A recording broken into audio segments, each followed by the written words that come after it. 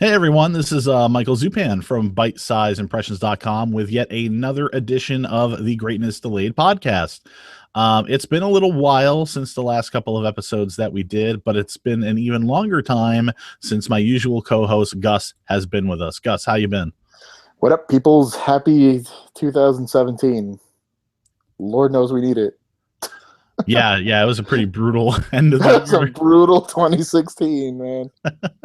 Goodness gracious. Yeah, it was definitely rough. Especially losing Carrie Fisher like that right at the end of the year, Star Wars legend. But a And her lot of people mom. also forgot that the person who had played inside R2D2 had passed away earlier in the year as well.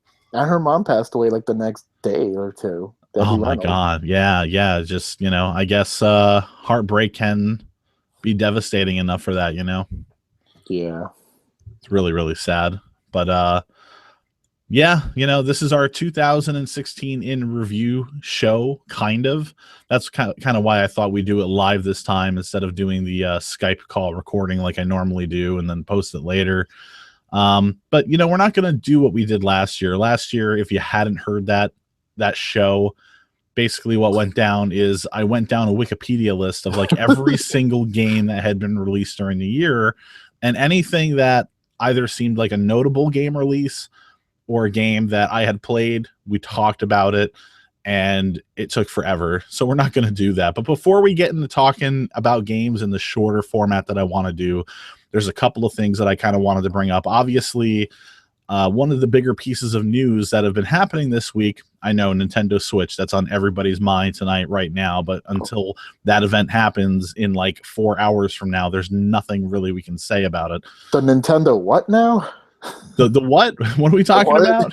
What is this Switch you're talking about? I think the Nintendo Switch probably has a little more public appeal at this point than the Wii U did at this stage of its life. So Yeah, it certainly seems that way. yeah, I really want to get a pre-order on that. And I don't know. It kind of seems like this might be like the Nintendo Mini, at least at first for a while. Because Nintendo had already come out and said that I think the Wii U had like 3 million-ish units that went out at the time of its launch. And they already said that they're going to have about 1 million less for the Nintendo Switch.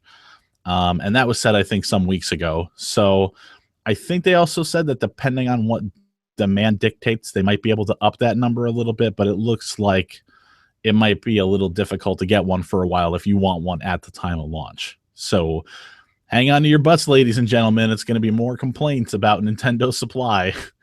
Yep, and the conspiracy theories of artificial scarcity and supply and what have you. I mean, I don't even think it has to be a conspiracy at this point. We fucking know Nintendo does that shit, but considering the kind of hardware we're talking about that is an actual console, I'm in the middle. I don't really know if it's going to be intentional at this point or if, it's just a matter of getting the consoles produced.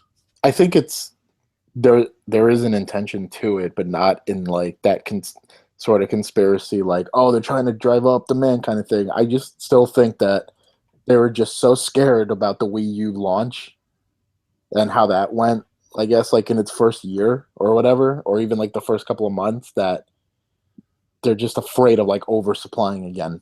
And instead of, and maybe they worked out the logistics to what they feel was best, but it'll come off like they are overreacting to it, as opposed to like, trying to find a good middle ground of getting supply while driving demand. All they really have to do if they want to drive demand ridiculously high is just come out and say Zelda Breath of the Wild is no longer coming to the Nintendo Wii U. Yeah, pretty much. That's been a rumor out there, but I'm gonna go ahead and say I don't believe that's gonna happen, just because that would be suicide. Like, they would piss off so many people and turn a lot of people off from actually buying the Nintendo Switch, I think. But yeah, like out of spite, like the way you put it, like, would sound illogical, but people can be illogical about that. And there are can definitely people out there who would get pissed off and say, fuck that, I'm not buying their system then. Yeah. I bought the Wii U based on the promise of having a new Zelda game on that system, and it didn't come, and now they want me to buy a new machine. Fuck them. Yeah, people would definitely say that. Not Everyone. everyone, but some people will. That's just the I'm way. looking at the live chat, by the way, on YouTube. Taladia HD Gamers in the chat. He says hello. Hello back at you. Anybody else who's listening, if you want to hop on the chat, we're here. I will respond to stuff. So I don't have the YouTube paid chat open. I don't even have YouTube open, so I apologize if I don't say anything to the comments. Yeah, Gus is greasy that way. He doesn't want to talk to anybody, bastard. Obviously. So yeah, we'll talk about the Nintendo Switch on another podcast in the not too distant future for sure. But one of the other big pieces of news that's been happening this week is in regards to Microsoft and a game that's been canceled, Scalebound. This blew a lot of people's minds this week. Is there any? Do you want to run with this? Is there anything that you want to say about this right off the bat, Gus? No, I just what was it, yesterday or the day before that Kotaku had put out a story that first it was actually a rumor, but then not too long after it was like made official that there was a lot of problems with Scalebound. If you don't know, Scalebound was an exclusive role-playing game. Yep. Was it with a dude who ran around with like a dragon wearing like Drake Beats headphones. Developed by famed Twitter blocker and like mom insulter Hideki Kamiya and his team at Platinum Games, and they had been working on it 4 years, I think.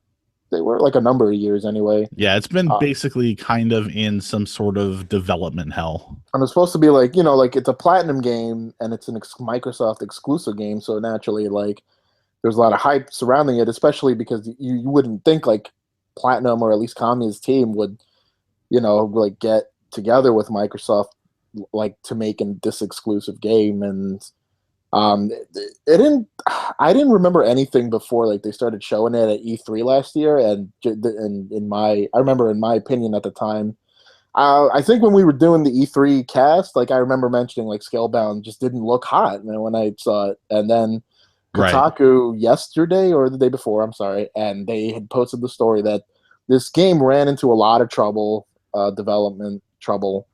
And it's nearing cancellation, and then Eurogamer came out and said they can corroborate Kotaku's story, and then not long after, like maybe an hour or two later, the official word came that Scalebound like ceased development, that it's done. Shout out to Dangerous Damien in the live chat. Thank you for joining us. Scalebound, I didn't really know too much about it either until they started showing off like actual in-game footage this past E3. And like you, there was something about it that sort of struck me the wrong way. It wasn't the look of the game. It actually looked like the size and the scope of what they were looking to accomplish with this game seemed actually really, really cool to me. The game presented itself well, except for the fact that this character, your main character that you were playing as, he was just kind of standing there doing whatever he wanted, and like nothing was hurting him. There didn't seem to be any sense of danger to the battle that he was in. So that's kind of what threw me off my feet on this game. Because if there's no challenge, there's really not going to be any point to it. But I mean, it looked really cool, and considering the fact that the game was not done yet, they could have had a lot of time to fix that in the future. Not only that, but that footage made it look like it was a near completed fucking game. So the fact that they came out now and announced this, I can understand why a lot of people are confused. Yeah, and especially like because Phil Spencer, who's head of Xbox, he came out with it on Twitter that said, "Oh, we had to cancel it, but it's like good for Xbox gamers in the future," or something like that. Because then the whole press release turned into like this advertisement for their coming exclusives. Yeah, I don't know how you turn a cancellation of a highly anticipated game into a good thing, though. Positive, yeah. I mean, it's not a positive for gamers who've been waiting for that game, especially on a platform that's perceived by people in general to not have as many exclusives going for them as the other platform that they're competing against. And that's really like the big question that's been up in the air this week, is that now that, Scalebound has been canceled. I mean, there have been other, studios that Microsoft in the last year or two have let go of. It's not like they've got too many exclusive titles like in the bank at this point to release in the future, except for like Crackdown 3 and maybe a couple other titles that people really couldn't remember at this point. Yeah.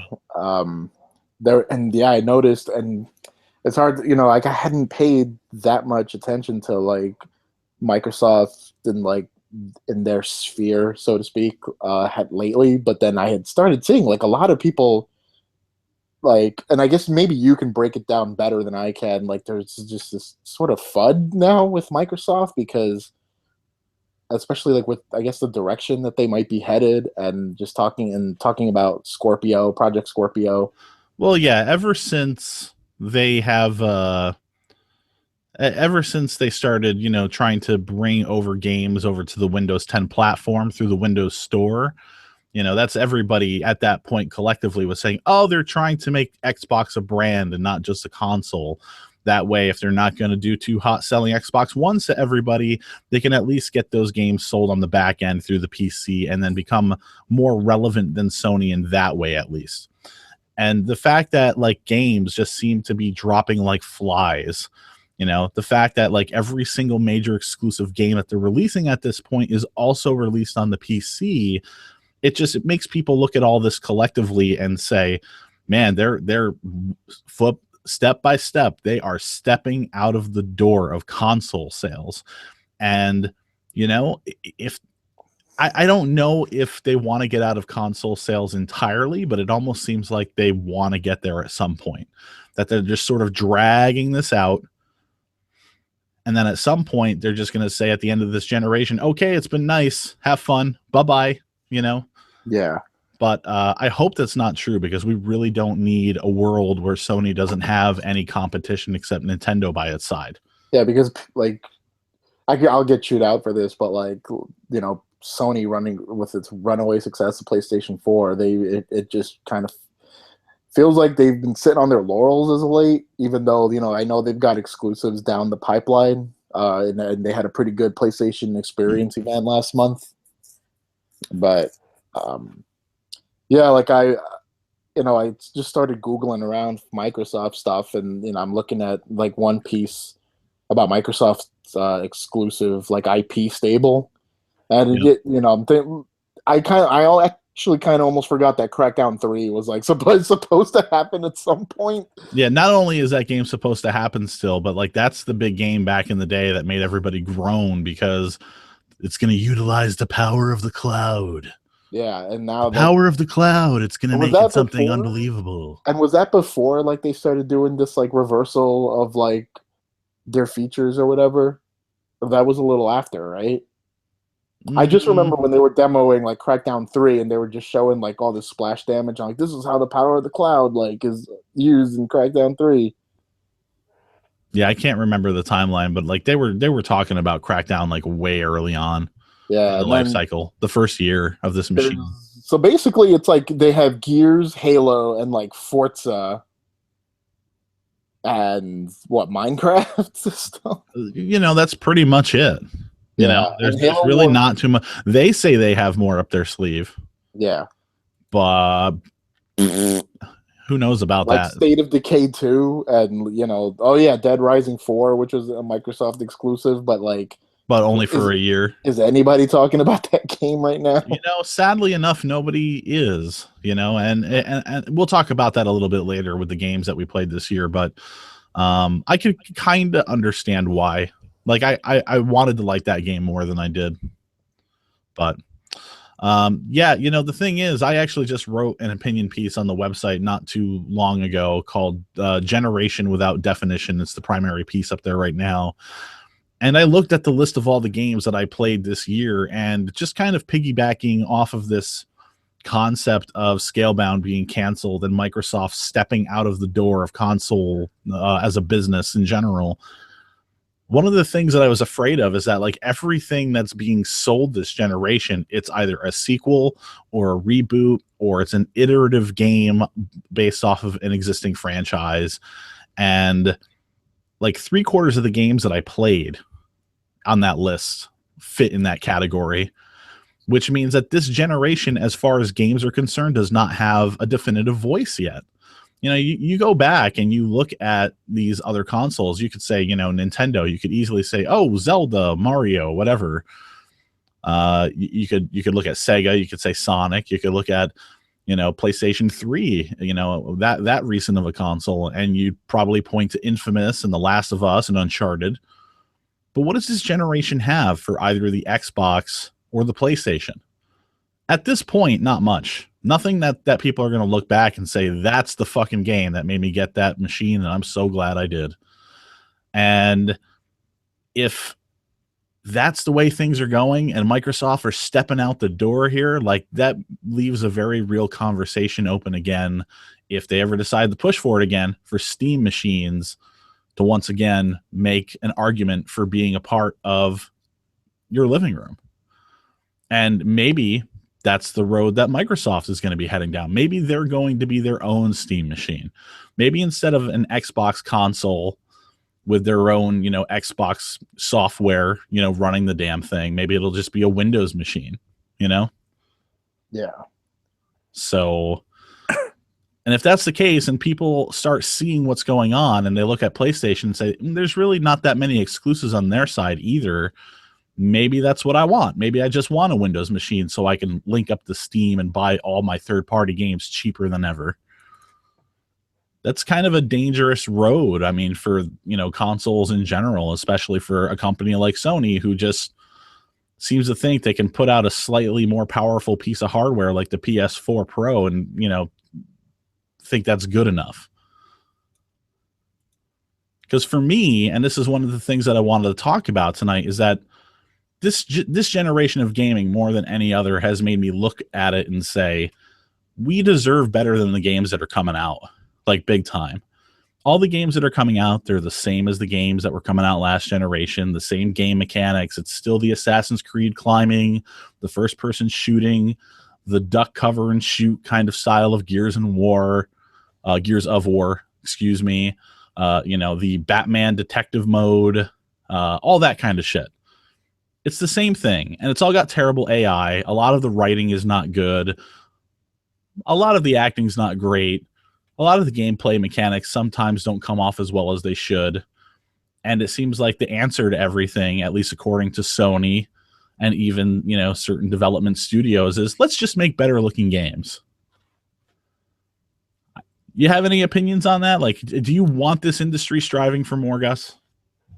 I mean, from their perspective, they should strive for more. It's just, oh man, I don't do know. They really have an incentive though, since these games still continue to sell like crazy? That's hard. That's hard to say, I guess, because like it seems like a lot of games, the way they release, the way they're designed, just seem to follow like market trends, or at least trying to like latch on to other market trends. Like I forgot what video I was watching that was talking about something similar, about how like certain games, like big budget AAA games, are chasing the formula of like open. I think it was Jim Sterling video, because he was talking about open world games, like Western open world games, and how they all like check off the same fucking boxes over and over. They do. It's you know, here's the same style of missions that all the other games have, and here's some fucking collectibles. Have fun. And how and how how they're more into sense of scale of their map than actually like providing any incentive to cover it from top to bottom. And it's all like the same like tick boxes of collectibles and like inane side missions that don't really reward anything at all. And right. And it's weird because, you know, occasionally there have been, you know, this year there were some standout games in the last year that, you know, they stood out for a reason, and then they kind of swim in these mundane, just big budget, open world, checkbox listing kind of titles. And I don't know, like, now the other conversation when it comes to like what to strive for or how like this game design philosophy gets approached is, now we're gonna wonder if games are designed for, like games being designed for live streaming, basically. Like it seems now like a lot of games are going to have some sort of mode, or the entire philosophy behind it is designed for like Twitch partnerships and stuff and live streamers and what have you. That's an interesting angle of that I haven't even really thought of before. Yeah, and it's not me being like opposed to it, but it's always like kind of, I don't know what the word. It's not disheartening, but it's definitely like disconcerting that every time there's some form of success and everyone has to go and fucking chase that like golden goose, man, that golden egg, instead of like trying to make great stuff. But then I think about that and I feel like I would then be discrediting like all the actual good like independent stuff that came out last year that tried something different or at least put a spin on some stuff, which we'll probably talk about later when we bring that stuff up. So it's just a weird balance. But one thing that I realized that that I also brought up in this article that I had written, based off of what you're saying, there's a lot of shit that games seem to copy off of one another. But one of the things that happened this generation that I thought was going to be a very meaningful stepping stone for where video games need to go was as mediocre of a game that it was, that Nemesis system in Shadow of Mordor, like it was cool. I saw that aspect of the game and I said, you know what, this is cool for a start, for something new, for artificial intelligence in games to improve. I can't wait to see what comes next. But ever since that game has released, nobody has bothered to try and copy that or emulate it or better that. Yeah. Nobody has followed in those footsteps. Everybody is still content in making the same fucking game where your enemies are standing against a lamppost and you can see through walls so that you know where they are. Or if they are moving around, they're walking the same fucking L-shaped pattern over and over again so that you can, basically take all day to line yourself up to where you need to be to take them out quietly. Yeah. It's really, really disappointing. I thought about, like I'm like a lot of people who play games, like, when it gets towards December or like the middle of December, we all kind of start compiling like our game of the year lists. Yeah. And I started thinking about how like I played a lot of shooters last year was you could argue last year was a pretty good year for shooters, especially campaign shooters. But damn, did I play a lot of them, and a lot of them made my list. And then I tried to think about how I wanted to like at least diversify my list a bit. So I found a couple of games here and there that I like that's kind of strayed from like the AAA big budget formula. Yep. But then, and I always think about like how as someone in this hobby, I don't want to be like pessimistic about the like game design or like where this stuff goes in the future. But I always find like when it comes to the big budget stuff now, like I'm just kind of like shrugging my shoulders a bit. Right. Because you feel like you've played it all before. They showed was it the PlayStation experience? Oh no, it was like their own thing, right? When they showed Mass Effect Andromeda like gameplay finally. Oh, did they really show that off? At more than 2 minutes? Not a PlayStation experience. I think it was like their own thing, but like actual gameplay footage at some point. And since you just mentioned that, they did drop a release date for that finally as well. Oh, March, right? And not to break off too much from what we're talking about here, but the fact that it's coming like right at the end of like the fiscal year, it kind of seems like they're trying to drop that and get some money into their bank. Yeah. So I don't know. It might be a little bit of a messy launch. But it just looked like Mass Effect to me. And that wasn't to say I don't dislike Mass Effect, but I played Mass Effect and I don't know, I just couldn't get like excited. That's like one example. I couldn't get excited for like this new Mass Effect. Right. And I think this falls a lot more on like just Western big budget titles, and we've been having this everyone's been having this conversation. And think if Ubisoft didn't push back Assassin's Creed this year, like imagine if that game got dropped this year, yet another Assassin's Creed title, like this whole season of games that have just released, it would have been a Battlefield game, a Call of Duty game, a Titanfall game, and Assassin's Creed, just sequel after sequel after sequel. Yeah. So I mean, I agree, there needs to be some diversity. It's also a little harder to think about diversity because that is the AAA scene nowadays, but you also have like the thousands of games that are released like every week on Steam, You have the bunches of indie titles that are always coming out, and it's always hard to keep up with those. There's lots of those that I'd like to play that I don't get to, and it almost feels like they have to be like their own separate conversation in a way. And not only that, but I've decided when we're talking about games this year, as far as what rounded out our year as gamers, we should also talk about the games, or at least mention the games that we played that are older games. Because, you know, they might not be new, but they do round out our gaming experience for the year. So we'll talk about that, at least mention those older titles. And then maybe we'll have like a special section, I think, for like, you know, what remaster we appreciated the most this year. Since there's enough of those to kind of support that category nowadays.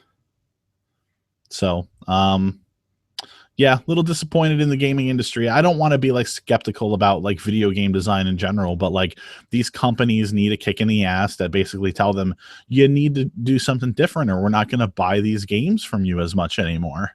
I feel like it's okay and even healthy to maintain skepticism about like the industry, but like because a lot of people tend to confuse skepticism with like cynicism, and I think that's just my thing over the years. Is just like I've approached everything with to kind of like, what do you like? Will this work out? Maybe, I don't know. I guess, but you know, in the past, like this has been happening. That has been happening. So it's easy when you have like a podcast like ours and a website, you know, like Bite Size Impressions, where it's about calling out the bullshit to the consumers so that they know what's going on, or at least like expressing your disappointment. So maybe it saves somebody some money somewhere down the line. But like, I just want to be clear, just because I'm like calling out games or franchises like Call of Duty or Battlefield or even Assassin's Creed, I still like those games. Oh yeah, totally.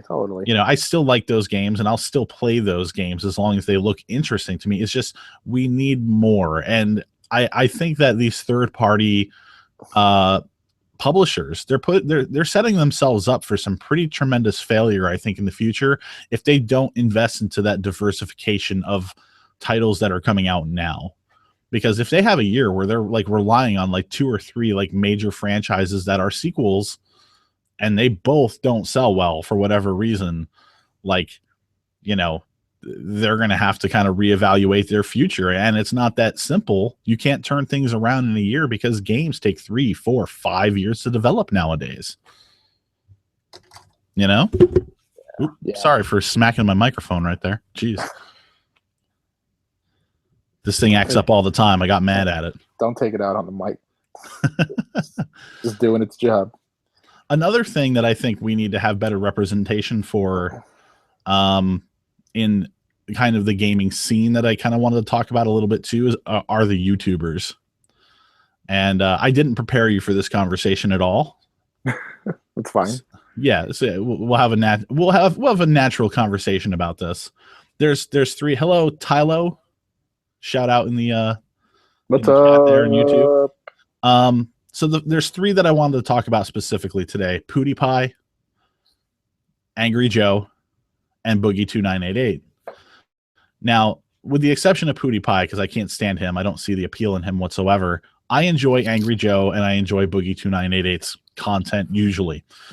So before I get started, let me just put that out there so that nobody gets pissed off at me. Now, the reason why I think we need better is that, for better or worse, these are the 3 personalities I think kind of that people look to that sort of define gaming on YouTube nowadays as far as video game entertainment is concerned. PewDiePie, what he did recently is he kind of noticed that he was heading towards 50 million subscribers. Oh, I think I know where this is going. But yeah. Go ahead. Yeah, so he said, hey, you know, it looks like we're going to hit 50 million subscribers soon. Well, if we get there, I'm going to close my channel. I'm going to delete my channel. And of course, you know, that got a lot of attention through the media, online, you know, news, video game related websites. It got a lot of people who hate PewDiePie excited because, of course, they're going to run to his channel and they're going to subscribe and say, good, I hope that fucker deletes his channel. And then, of course, there's his legitimate fans who are kind of worried about the prospect of his future because they like checking out his content on a daily basis. And it's those people that I worry about. But anyway, it gets closer, and it's 50 million subscribers, and it comes, and he's like, okay, well, I'm going to delete my channel.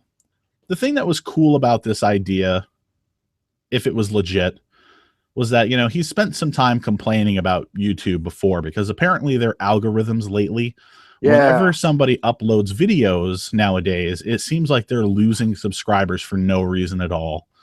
It could be somebody that you watch religiously, and yet for some reason, YouTube might just unsubscribe you.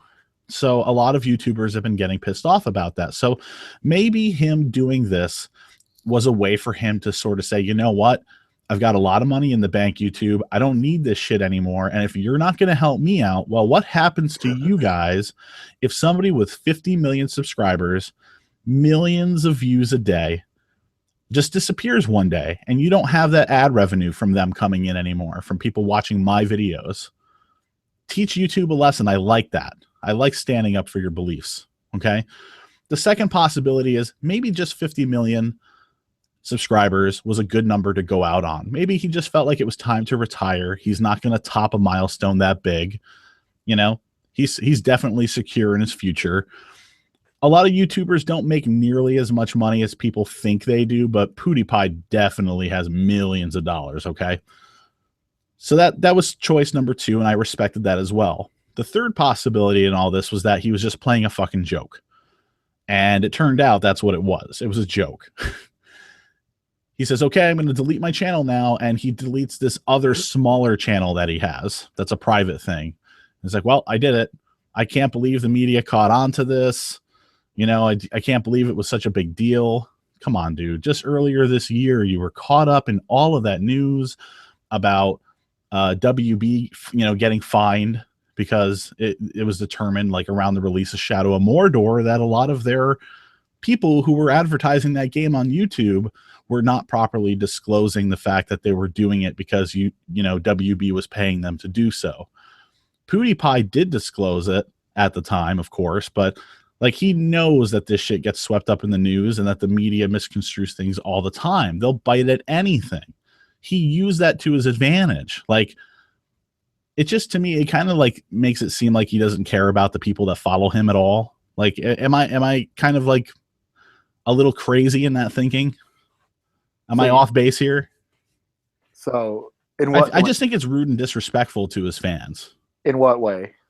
In the way that he kind of made them, kind of sit on the edge of their seats for a while, thinking that he was just gonna like go, just so that he could gain some more subscribers in a short amount of time and hit a certain milestone. It's definitely like a little underhanded. I mean, it's not like a big deal. I'm not saying like the motherfucker should be stoned or anything. But yeah, but it's definitely like a little underhanded tactic, I guess. Right. Because if he and then to stand up after the fact and be like, "Oh, I didn't expect this would happen. Wow, all this attention." Was his end goal just to get more subscribers, or I guess more eyes on his channel? Yeah, I think so. I guess like you could technically say, yeah, he followed through if he deleted a channel of his like on YouTube, but it was like a channel he didn't use for anything. I think at one point, sometime, like he trolled his fan base basically, and like I guess the media. Right. In order to give him clickbait publicity in order to get those subscribers. I guess he had to, in a way, you had to do what you got to do. I mean, I don't know how his fans reacted to it, but I don't know. With the way that people sort of just kind of like let things go on the internet nowadays. Yeah. Like fan people, at least anyway. World. Yeah, it's like as long as you're a fan of something, it doesn't matter if like they run over your grandmother with the SUV. It's like they're forgiven and forgotten like almost immediately nowadays. So the other person was Angry Joe, and he kind of was doing something a little different. I felt like he was being a little flippant with his fans, because there was a period in 2016 where even I noticed that he wasn't putting out the same amount of content as he normally does. Like, for example, one of the biggest games of the year came out, Uncharted 4. And instead of doing an angry review for it like he normally would have, he did like a shorter video that was just basically like an audio commentary with video game footage behind it and said he'd get back to it later. to do the official thing, and he never did. And he did that with like 4 games. And this year, though, is also when he started ramping up producing other content for his channel, though, like especially like movie reviews and reaction videos to stuff. So people have been bitching at him this year saying like, you know, fuck you, stop doing these shitty movie reviews. That's not why you're famous. That's not why we're watching you. Like, we want the angry video game reviews. That's what we're here for. So he did this this sort of like town hall meeting, basically, where he did like a live stream on YouTube, and he said, I want to talk about this. I'm taking a little break throughout December 2016. We'll come back in 2017. I want to have a plan so that I can try and make everybody happy. But then he kind of starts like sidetracking himself a little bit and starts saying like, you know, I think it all starts happening once you have about 2 million subscribers. You know, when you've only got like 500,000, a million, 1,500,000, everybody kind of gets it. But then once you start getting more and more people past the 2 million mark, you just hear a lot of complaints coming from every angle all the time. And what happens is those new people come in, they binge watch all your old shit, and then they start saying, where the fuck is the new shit? And then like they don't really get like how long it takes to do some of this stuff, and that we like to do other things too. And I understand Angry Joe's point about that. I think as a content creator, he should do what he wants to do. But I don't think the problem is that people were unhappy with the fact that he was doing other things. It's that like the other things were impacting like his moneymaker, you know? Yeah. You know, at the end of the day, like if you want to expand and do other things, that's cool. But like if it's impacting the output of the work that people are coming to your channel regularly for, then I think maybe they do kind of have a right to complain. They also have a right to just stop watching your channel, but that's not what he wants, because, you know, his bread and butter, the money that he makes, comes from people watching his videos on YouTube. At least that he, at least as you say it, he decided to take last month off, I guess, or lessen the work to at least think about and kind of plan about how he wants to like diversify his content, I guess, while keeping like the main base happy. Yep. Instead of just saying fuck you, like I'm gonna do what I want, kind of. Agreed. Like however, the way he puts it in the video is, so okay, here's what we're gonna do. We'll do 2 angry video game reviews every month. That gives me 1 whole week to play through a game as much as I need to. And then it gives me another week to write the review, to get the costumes, to be able to record, to be able to edit, and then get it out there. And if we hit that mark, can we please have permission to do the movie reviews, guys? Like he was, you know, he just, every single time he did something that kind of made it sound like, okay, he's being respectful towards his fans. Like he gets it. He wants to work with them. And I respect that. Like he would just turn it around, like at these moments where like he and other Joe would be sitting there and kind of laughing at each other because of how ridiculous they think it sounds that they're doing this in the first place. That cheesed me off a little bit. But they kept their word. They came out with a video just recently, I think in the last week, detailing an actual content release schedule and the way it's going to work every single month. So it is a lot of work to do what they do, even to just do the angry reviews. And I get he wants to do other stuff. So it sounds like he's really going to be putting a lot more work into the channel this year. So I got to respect him for that. But at the same time, you got to kind of handle your fans a little bit better than that. Yeah, don't be so flippant with him. If you want to talk with him and you want to take their thoughts into consideration, do that, but don't be pissy with him. That's fair enough. Like I don't know. I'm sorry to say that I don't really want. Like I don't watch Angry Joe regularly. Occasionally, like I'll check out a video of his, but like I can only take your word for it because I didn't pay attention to this situation until you just started talking about it. But yeah, I mean, you know, you should, even though like fans can be unreasonable, like I'm sure as a content creator, like you want to try and work with them as best as you can. And I think the bottom line with the movie reviews is that a lot of people are doing that kind of stuff nowadays. If, like they had like their big production thing that they do, now they do a lot of little stuff. So like, you know, that they can milk 2 or 3 days a week because, you know, let's say someone like him, let's say I'm just going to say maybe 5 million subscribers. I don't really know what the actual number is. But if you have 5 million subscribers, 2.7, because okay. I just opened this page. All right, 2.7 million subscribers. I mean, he gets hundreds of thousands of clicks on those movie reviews. So basically him doing that movie review stuff, it's less work for him to do because all it's just him and his buddy sitting on a couch talking about a movie they just watched, and he can just pump that shit out. People will watch it, and there's going to be ads involved, and it's like free money for him. So of course he doesn't want to, kind of change things up. He doesn't want to let that stuff go. That's like probably like a new source of revenue that he's discovered that like is like nothing for him to produce.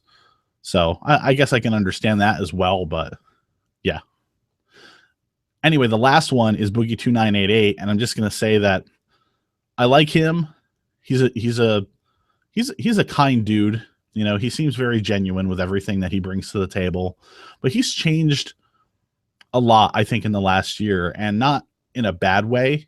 I think he just wants to be everybody's friend in the industry. He used to call people out left and right, like when they deserved it. And now, like, that's some of the stuff that he looks back on and he kind of hates himself for, because he doesn't want anybody out there to kind of fear him. So that'll be relevant in a moment when I put a bow on this package of these three guys, I guess. But the deal with him is that he was recently on the VGAs. He won the award basically for like the top trending, like YouTube gamer of the year or whatever it was called. And then like right after that, he was complaining under his Francis persona that he wasn't on that YouTube Rewind 2016 video.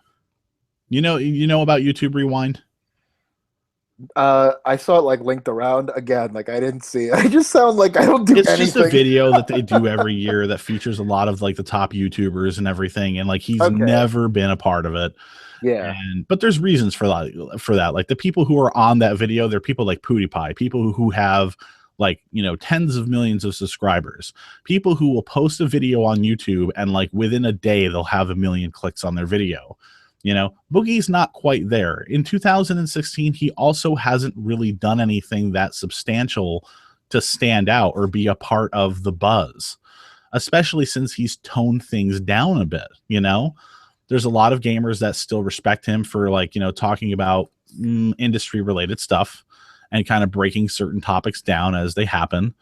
But like, I don't know, like I felt like him coming out with the Francis persona. And for anybody who doesn't know what it is, he does a daily vlog where he's just acting like himself, but he's a big fat guy. I'm a big fat guy too, whatever, I'm not saying it in a very, a derogatory way, but he's a big fat guy and he uses that for comedic effect.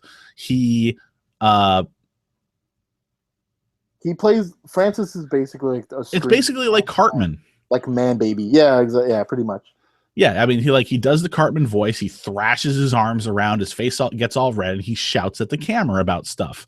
And usually it's a very satirical take about the ignorant things that are being said out in the gaming community. But like this time, he did a Francis video about like not getting to be on the YouTube Rewind video, and this just sort of came across to me like a very thinly veiled attempt to kind of hide some butthurt over not being a part of it, like for real. Oh, and like it's like when you get, it's like that meme image where it says like, "Oh, stupid post," and then it says, "Aha, I troll you," kind of thing. Right. Trying to make it sound like, no, I was kidding the whole time, kind of thing. Like exactly. That. Like I would have had a little more respect for it. I think if he just kind of came out and said, how come like I'm never represented on this thing, But like he had just won an award like the week before. For being like a trending YouTuber on the VGAs. It just seemed very odd to me that he'd turn around so soon and kind of complain about that. So, and the thing is that I want to wrap all this up with is the reason why like these three guys also kind of peeve me off too, is because every single time they're bothered with this, algorithm thing happening with YouTube, they're taking their, some of their daily content slots, and instead of actually putting out, like work on those days, like they'll spend days complaining about YouTube. Leave that shit behind the scenes.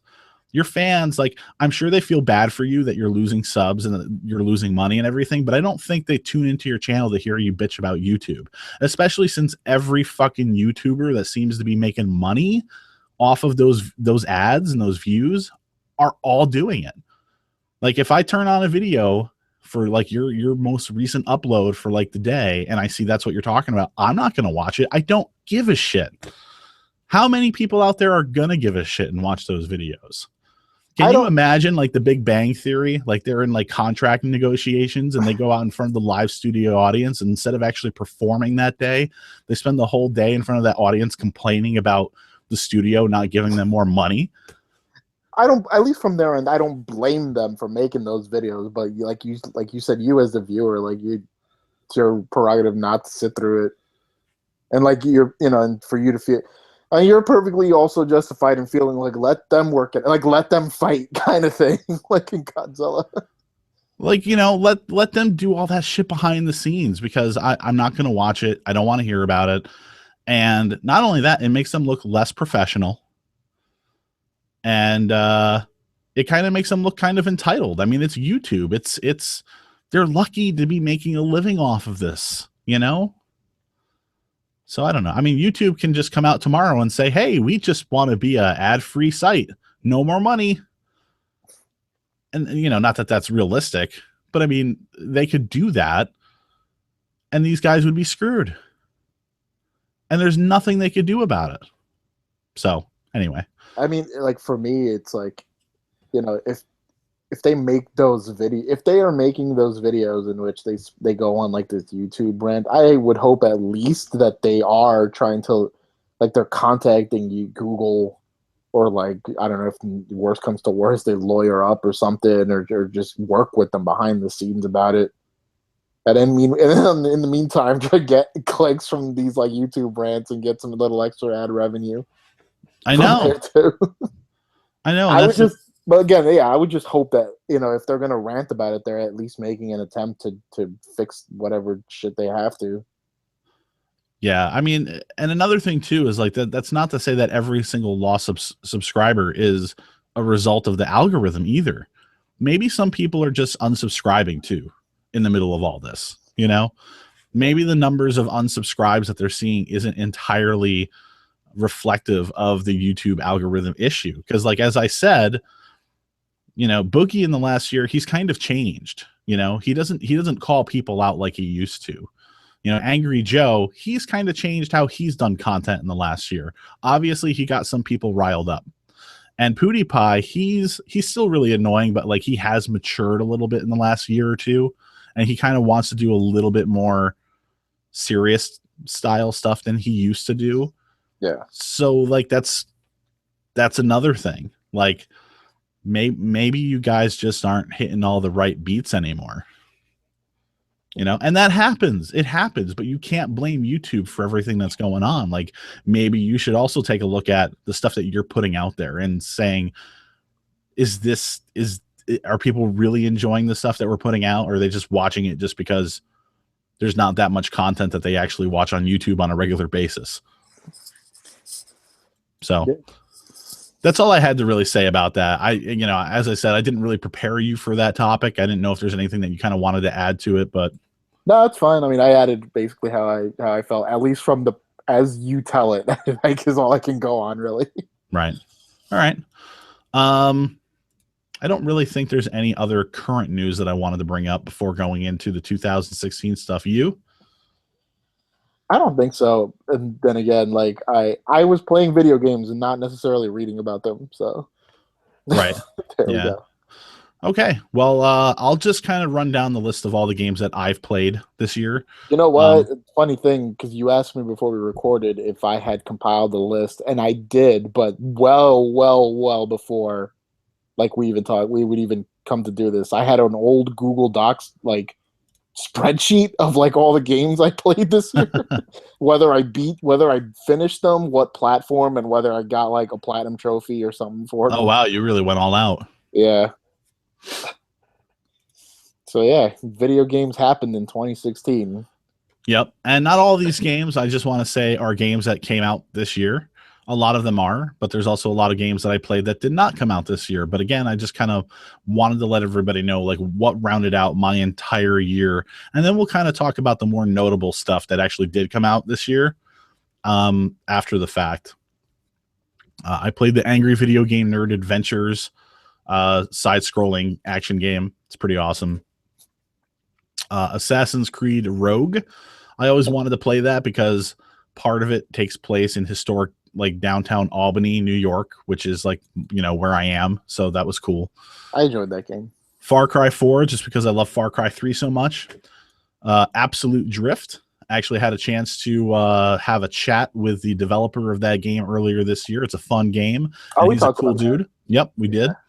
Batman Arkham Knight, just because I had waited a really long time to play it, and it was about time. The Witness, The Division, Doom, Uncharted 4, No Man's Sky. This is in no particular order, obviously. Final Fantasy 15, Call of Duty Infinite Warfare, Battlefield 1, Dark Souls, Dying Light, Life is Strange, The Witcher 3, Dark Souls 3, Forza Horizon 3, Gears of War 4, Dead Rising 4, Kirby, Planet Robobot, Plants vs. Zombies Garden Warfare 2, Mafia 3, Street Fighter 5, Inside, Grim Dawn. It was out technically before 2016, but 2016 is when it got its official release. Pokken Tournament, Overwatch, Lego Star Wars The Force Awakens, Pokemon Go, Super Mario Run, Skyrim Special Edition, Dragon Quest VII, Earth Defense Force 4.1, Super Mario 3D Land, Contra 4, Grand Theft Auto Online, Grand Theft Auto 4, Super Mario 64, Super Scribblenauts, Mega Man 2, Mega Man 3. So those are the games that I played. From there, I think we'll just start talking about the games that actually came out in 2016 a little bit. Have you delved into The Witness? No, sir. It's a really remarkable, different experience. Like if you ever want to get away from exactly the stuff that we were talking about earlier, the typical first-person shooter, the typical detective mode game, you know, that sort of stuff. I meant to like play it. I meant to like at least try it. At some point, like I will definitely play it. I wasn't avoiding it or anything. I just never got around to playing it. Taladia HD Gamer in the chat notes that he played Modern Warfare Remastered, which I'll talk about a little bit when we get to the Infinite Warfare stuff, but I have not played that this year. Yeah, I didn't play that one. I will eventually. I still have to beat Infinite Warfare, though. But The Witness is a really cool puzzle game. I mean, you know, there's a lot of people who kind of looked at it and said, it's a line puzzle game. I don't really want to do that, but it really kind of sucks you in. The world is gorgeous. Jonathan Blow, he's a really great independent video game maker. You know, he did a completely different game before he made this game. It was a platformer where you had the element of like rewinding time, basically. Oh, Braid? Yeah, Braid. Yeah, and Man, it was really cool. That game is going to be 10 years old next year. Can you believe that? Holy shit, is it really that old? Yeah. And it looks like a painting to this day. Like the art style is just immaculate. Yeah. And you can say the same thing for The Witness. And the fact that The Witness is like a first-person game and it's like a line puzzle game where the universe sort of has a story to tell that's around you, that world at least anyway, kind of like it does in Portal 2, just without having the robot like force feeding you all the information. It's a really cool game. So I had a good time with that game. The next game, obviously, The Division. You and I spent a lot of time talking about it this year. We played it a lot this year. Have you played the new patch ever since that came out? No. Have you gone back to it? Nope, I no longer. I haven't owned The Division for like a couple of months now, and then they put out that survival mode or whatever. Yep. So, and like now you can get that game pretty cheap, but it's not cheap enough for me to like reinvest and dive back into it. Right. I'm going to start skipping around here too for probably some obvious reasons. Have you played Final Fantasy 15? I am currently playing that. Yeah, I got it. How far are you? Like chapter 3 or something like that. Like, aren't you kind of like afraid that maybe you should just kind of not play it until like all the updates come out?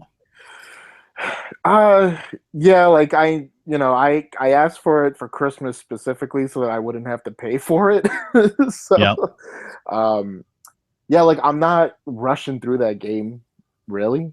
Uh, and yeah, there was like news, right, that there's supposed to be some sort of update in the future that fills in the gaps on the story. Not only fills in the gaps on the story, but like the one chapter that like a lot of people complained about being like a not fun time to play, chapter 13. That Apparently they're gonna like retool it so it's like not quite as bad. yeah, like I've been playing it here and there, and I'm not trying to talk about this right now, but like I'm just so busy with The Witcher. I dove back into The Witcher 3, and I was playing a lot of Hitman, and which we'll talk about, I'm sure, in a bit. See, that's a game that I got. It was crazy. GameStop during like the Black Friday time had the entire first season on sale for only $15. Oof, well worth it. I paid twice that, and it was still worth it. But I haven't played it yet. Unless it's up there as like one of your games of the year. You want to talk about it? Um, Or do we have to revisit it? no, like I can totally talk about it. I didn't want to take away from you going down your list No. It's fine. about stuff. Basically, Okay. I'm skipping around because like I want to revisit things near the end for games that were like my most appreciated games this year, and then like my Okay. most disappointing games this I year. do have a game of the year list on like my blog that I actually wrote up like sometime late last month. Uh but yeah, damn, like if you're a fan of Giant Bomb, I'm sure like you probably sat through like one of their like many Hitman videos, and like That's honestly what ended up selling me on the game. that's probably what sold a lot of people on that game, to be honest. So it like a couple of years ago, 2012, Hitman Absolution came out. That was the fifth game in the Hitman franchise, I believe. And I don't know about the rest of the internet. I did not like that game because it was like we were talking about with like market trends and big budget. They were basically chasing this like actionized sequel, fucking Splinter Cell double eight, like no Conviction style of like these like quick kills and then detective mode shit, and there were like barely any actual hits in that game, Yep.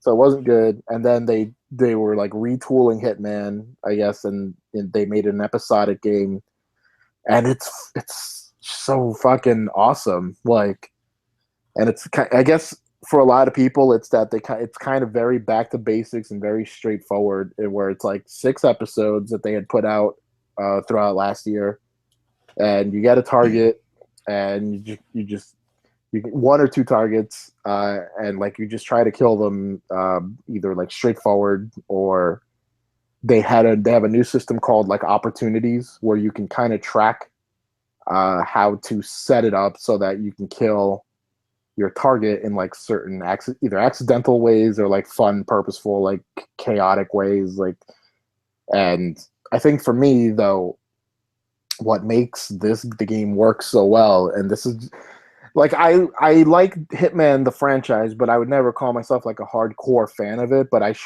played the hell out of Hitman 2 and Blood Money, and I think they just fine tuned the NPC, like all the environmental stuff and like NPC AI behavior stuff. Like it all clicks together like really well. So every time I messed up in this Hitman game, I would absolutely like 100% acknowledge like, oh fuck, I fucked up. Even though occasionally like the game throws a wrench at you, like that's like you'll load up a save and like some shit happens and you're oh my god, you're trolling me, game. Like, but it's yeah, I mean some of the most of the episodes are just great. I played that Italy mission, which is the second episode, like a billion times, and Did you ever play the Gary Busey mission? I haven't. I don't know if that was. I think that was like a limited target or a limited like elusive target, and that was the Did other you go thing. after Harry and Marv? I The whole, did. Yeah, you yeah. did? They were still going on as because it was during the holidays, so that they had the Yeah. Paris Harry and Marv thing, and I got them pretty quickly. And that was the other thing. They kept kind of doing these little updates, these like elusive targets that like you had a certain amount of time to kill this target, but you Yeah, it can't was a good way save. to keep bringing people back to the game, right? It's a really good system. Even though the first one that came after I bought it, I fucked it up because it was the food critic guy, and I Yep. couldn't get this dude to go anywhere else. And like I just said fuck it, and I tried to like stab him, and then all the hotel guards just like shot me dead, and I was like, yep, I deserve this. It's just fun, and it's like I don't feel screwed in that game, and it's like if you're like me and you were like raised on those stealth games in the past, especially like Splinter Cell, and you have that patience to like constantly reload your save. That's the thing too. You can either be like me and like kind of obnoxious and reload your save and just make sure everything is perfect in place, or you can be like the Giant Bomb guys, which is just as fine and it's even fun to watch. When there's chaos in that game, you can easily like fix it. You can still get your target even after you've just created a whole chaotic scene. Like I feel like my gameplay style would be more like yours, but like I feel like the way that they play it would be a lot more fun. It's fun, yeah. Like no matter what, you don't feel bad about it because you can always just fix it, and it's hilarious, and it's basically in a weird way this year's Mario Maker, because like especially because there is like a contracts mode. Like you can design your own contracts, you can play other people's Isn't Super contracts. Mario Maker 3DS this year's Mario Maker? In this weird way, I don't know how else to put it. In my own weird logic, it's like it's just I guess the way in which you make your own fun. Yeah, there you go. You just experiment and you make your own fun with it, and you can get trolled and you troll other people and all this stuff, and it is definitely one of the most like fun experiences. And I only just started playing it like barely a month ago, and I already put like so many hours into Hitman. Well, I'm glad I asked you to talk about that game because I keep saying like I'm not moving on to other games because I want to finish Call of Duty Infinite Warfare, but I don't know if I'm going to. I'm kind of beyond it at this point. I think I talked about it. We talked about Infinite Warfare a bit, right? The last time we spoke. I mean, I liked it a lot, and I had a lot of fun with it. I don't blame. In a way, I don't blame you either if you don't finish it because it's Call of Duty. I mean, as awesome as the single player campaign has been for me, like it's still Call of Duty, and like it's like again, it's not that it's bad. It's just that like it's Call of Duty. I've had enough, Yeah. So.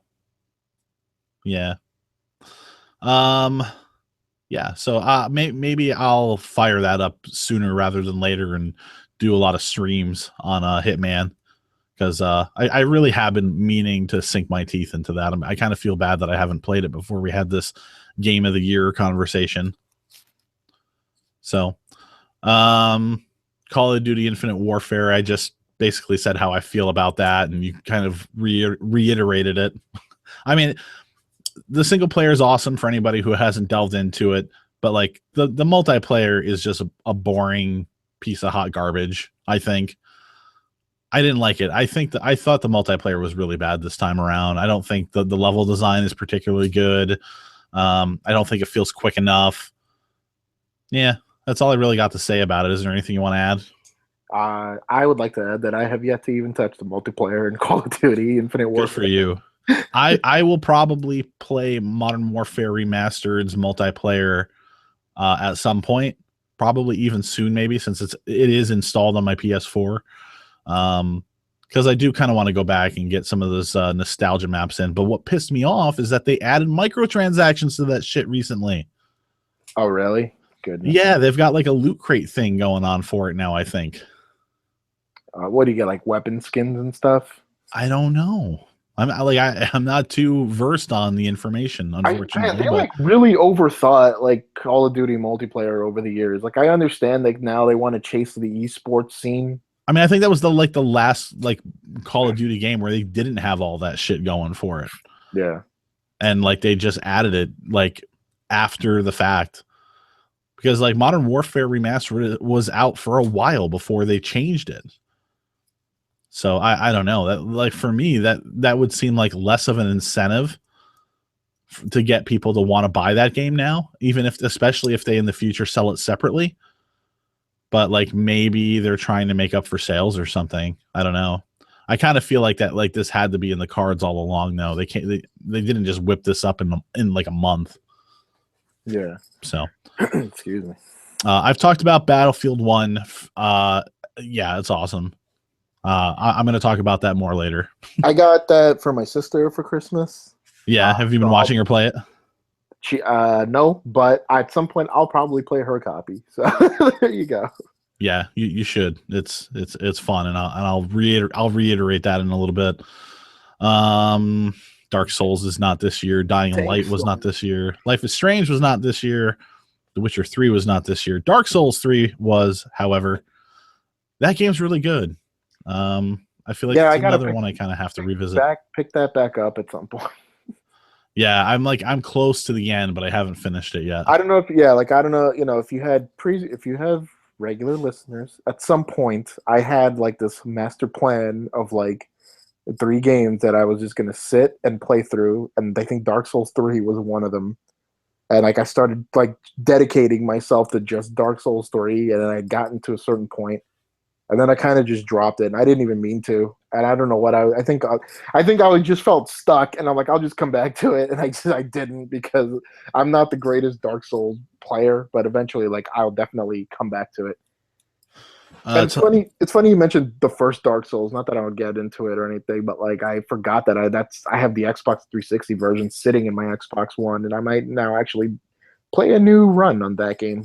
Yeah, that game is amazing. I think that still might be my favorite out of the 3 of them, not counting Demon's Souls. I haven't played that one, but that was a PS3 exclusive. Taladia HD Gamer in the live chat said that for Modern Warfare Remastered, yeah, it's a depot, I guess, they added, and there's weapon skins and character unlocks and melee weapons that you can get through that microtransaction shit that they added to Modern Warfare Remastered. So thanks for clarifying that. I like having this chat thing here live.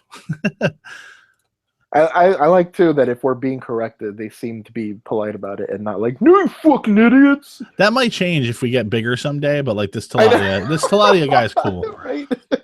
I like him. He's a nice guy. Actually, Mario was called Jumpman. Back in the So Forza Horizon 3. Forza Horizon 3 the game is exactly like Forza Horizon 2. The only thing that's different is the location, and it's a bit more diverse because instead of like driving around like grassy plains and then like a city every once in a while, you kind of have like your sandy, muddy areas. You have your jungle type areas. You have the cities that you can drive through, and even like some, small like suburban areas. And for that, I think Forza Horizon 3 is probably a better game to play overall. I think that diversity in the environment makes it much more fun. The selection of cars is really nice too. But it's exactly the same game, but that's not a knock against it. If anybody likes Forza Horizon 2, they should play Forza Horizon 3.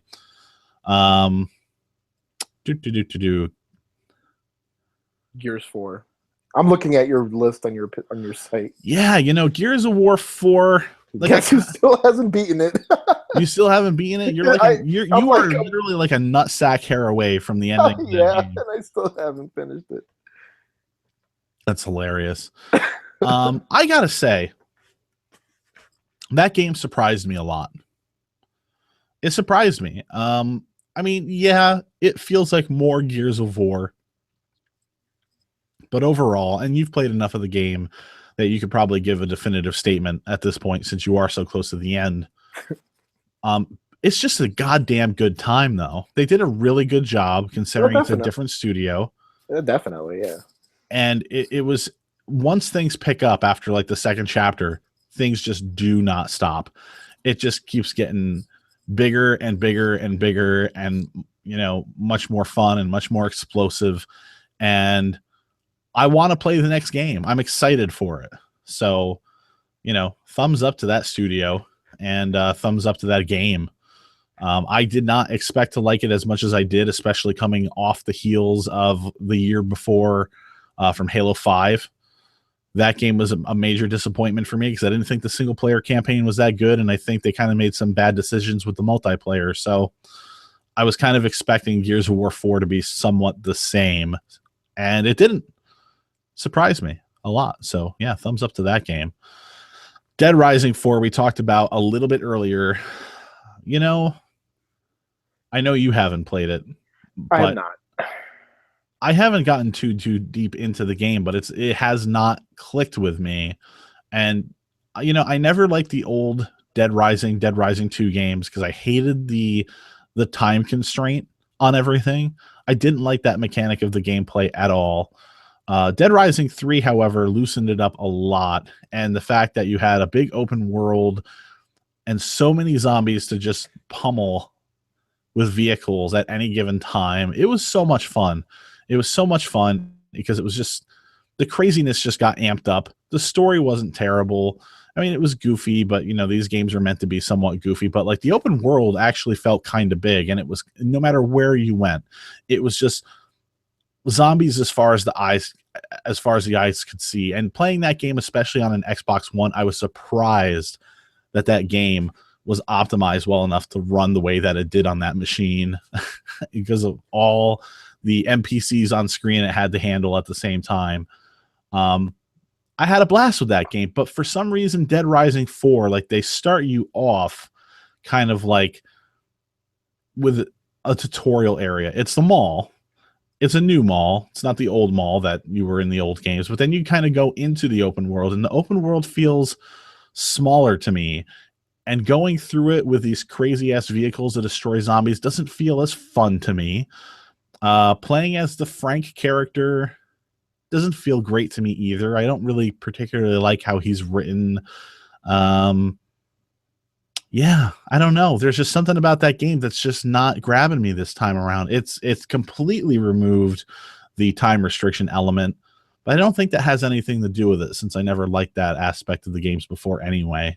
There's a small bias in me because there's I don't know if people are aware of the YouTube channel Kroby Cat.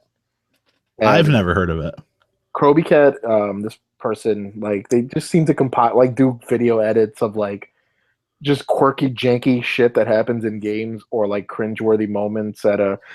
we talked about the one time, the awkward Minecon videos.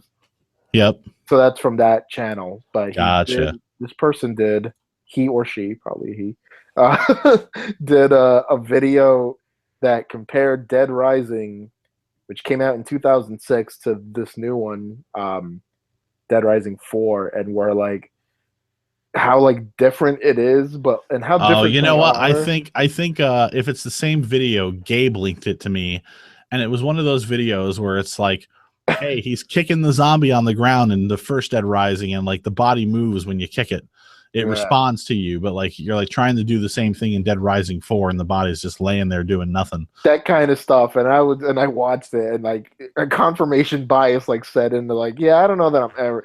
I bought Dead Rising 3, and I was like recently, like during Halloween, like a Halloween sale, and I was not into it, and it was like $10, and I don't know, I couldn't get into that, and I knew Dead Rising 4. I was when they announced it, and it was like a remake of the first one. I was into it until I kept seeing like certain footage of it, and I was like, I don't think I'm. So Gabe sent me a similar video to that in regards to Grand Theft Auto 4 versus Grand Theft Auto 5, because if you compare those two games in that respect, Grand Theft Auto 5 had a lot less attention to detail than Grand Theft Auto 4 did. Like the fighting was better, like the damage to vehicles was better in Grand Theft Auto 4, and so on and so forth. It was a lot more realistic. That sort of stuff doesn't really bother me. Like having those extra like physics and that kind of attention to detail is definitely a positive, but it's not ultimately like what's having me have so much fun with the game.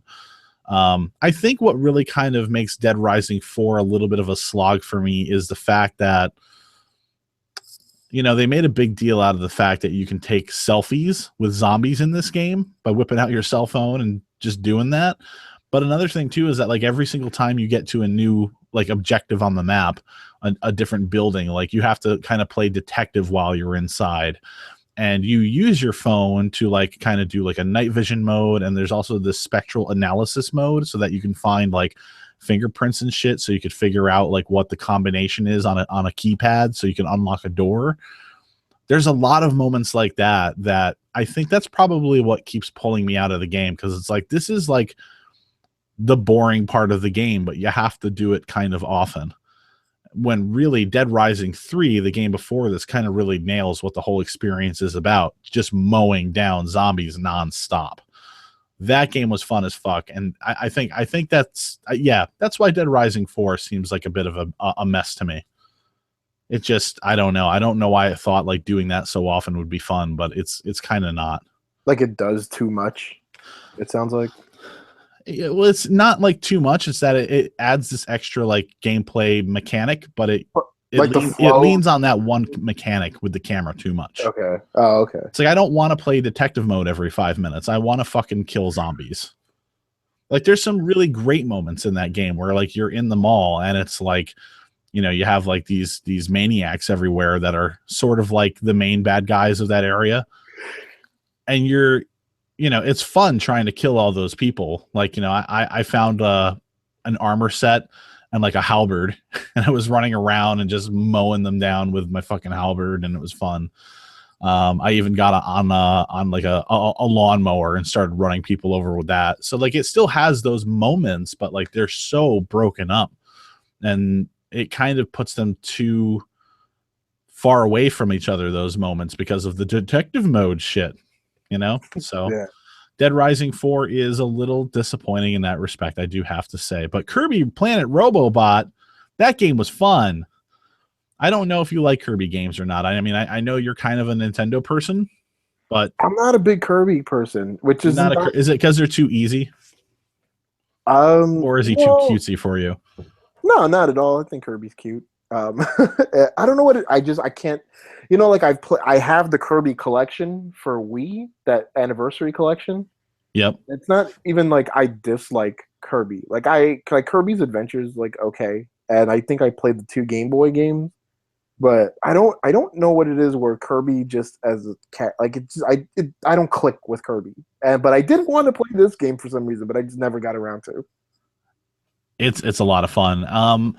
You know, I think a lot of the Kirby games that have come out between the Wii and the Now have been a lot of fun, except for like the ones where you have to draw lines for like Kirby to like roll on. I can't stand that shit. But like Kirby Triple Deluxe that was on the 3DS before Planet Robobot, that game was really good. Kirby Return to Dreamland, I think, is the one that was on the Wii that was really awesome. And yeah, Planet Robobot, like it just, the fact that it's like a typical Kirby game in the same vein as those other ones I just mentioned, but also like you get to like jump in mechs and like fuck shit up. Like it's just, it's so infectious. The game's still really super easy, but like that's never really been like a bad complaint for me, just because the games are just thoroughly fun to play. Yeah, like I wanted to specifically play that. It's funny because like Kirby games come out, and I'm like, yeah, I want to try that, and I just don't get around to it. Like I wanted to play like Epic Yarn, which was like many moons ago, and whatever came out, Return to Dreamland.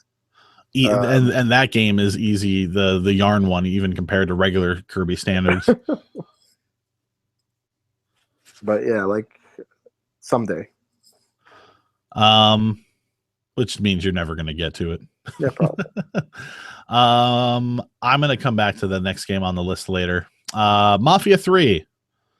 I have to talk about that a little bit later too, because you have more to say. You talked we're skipping more than we're talking about stuff here. Yeah.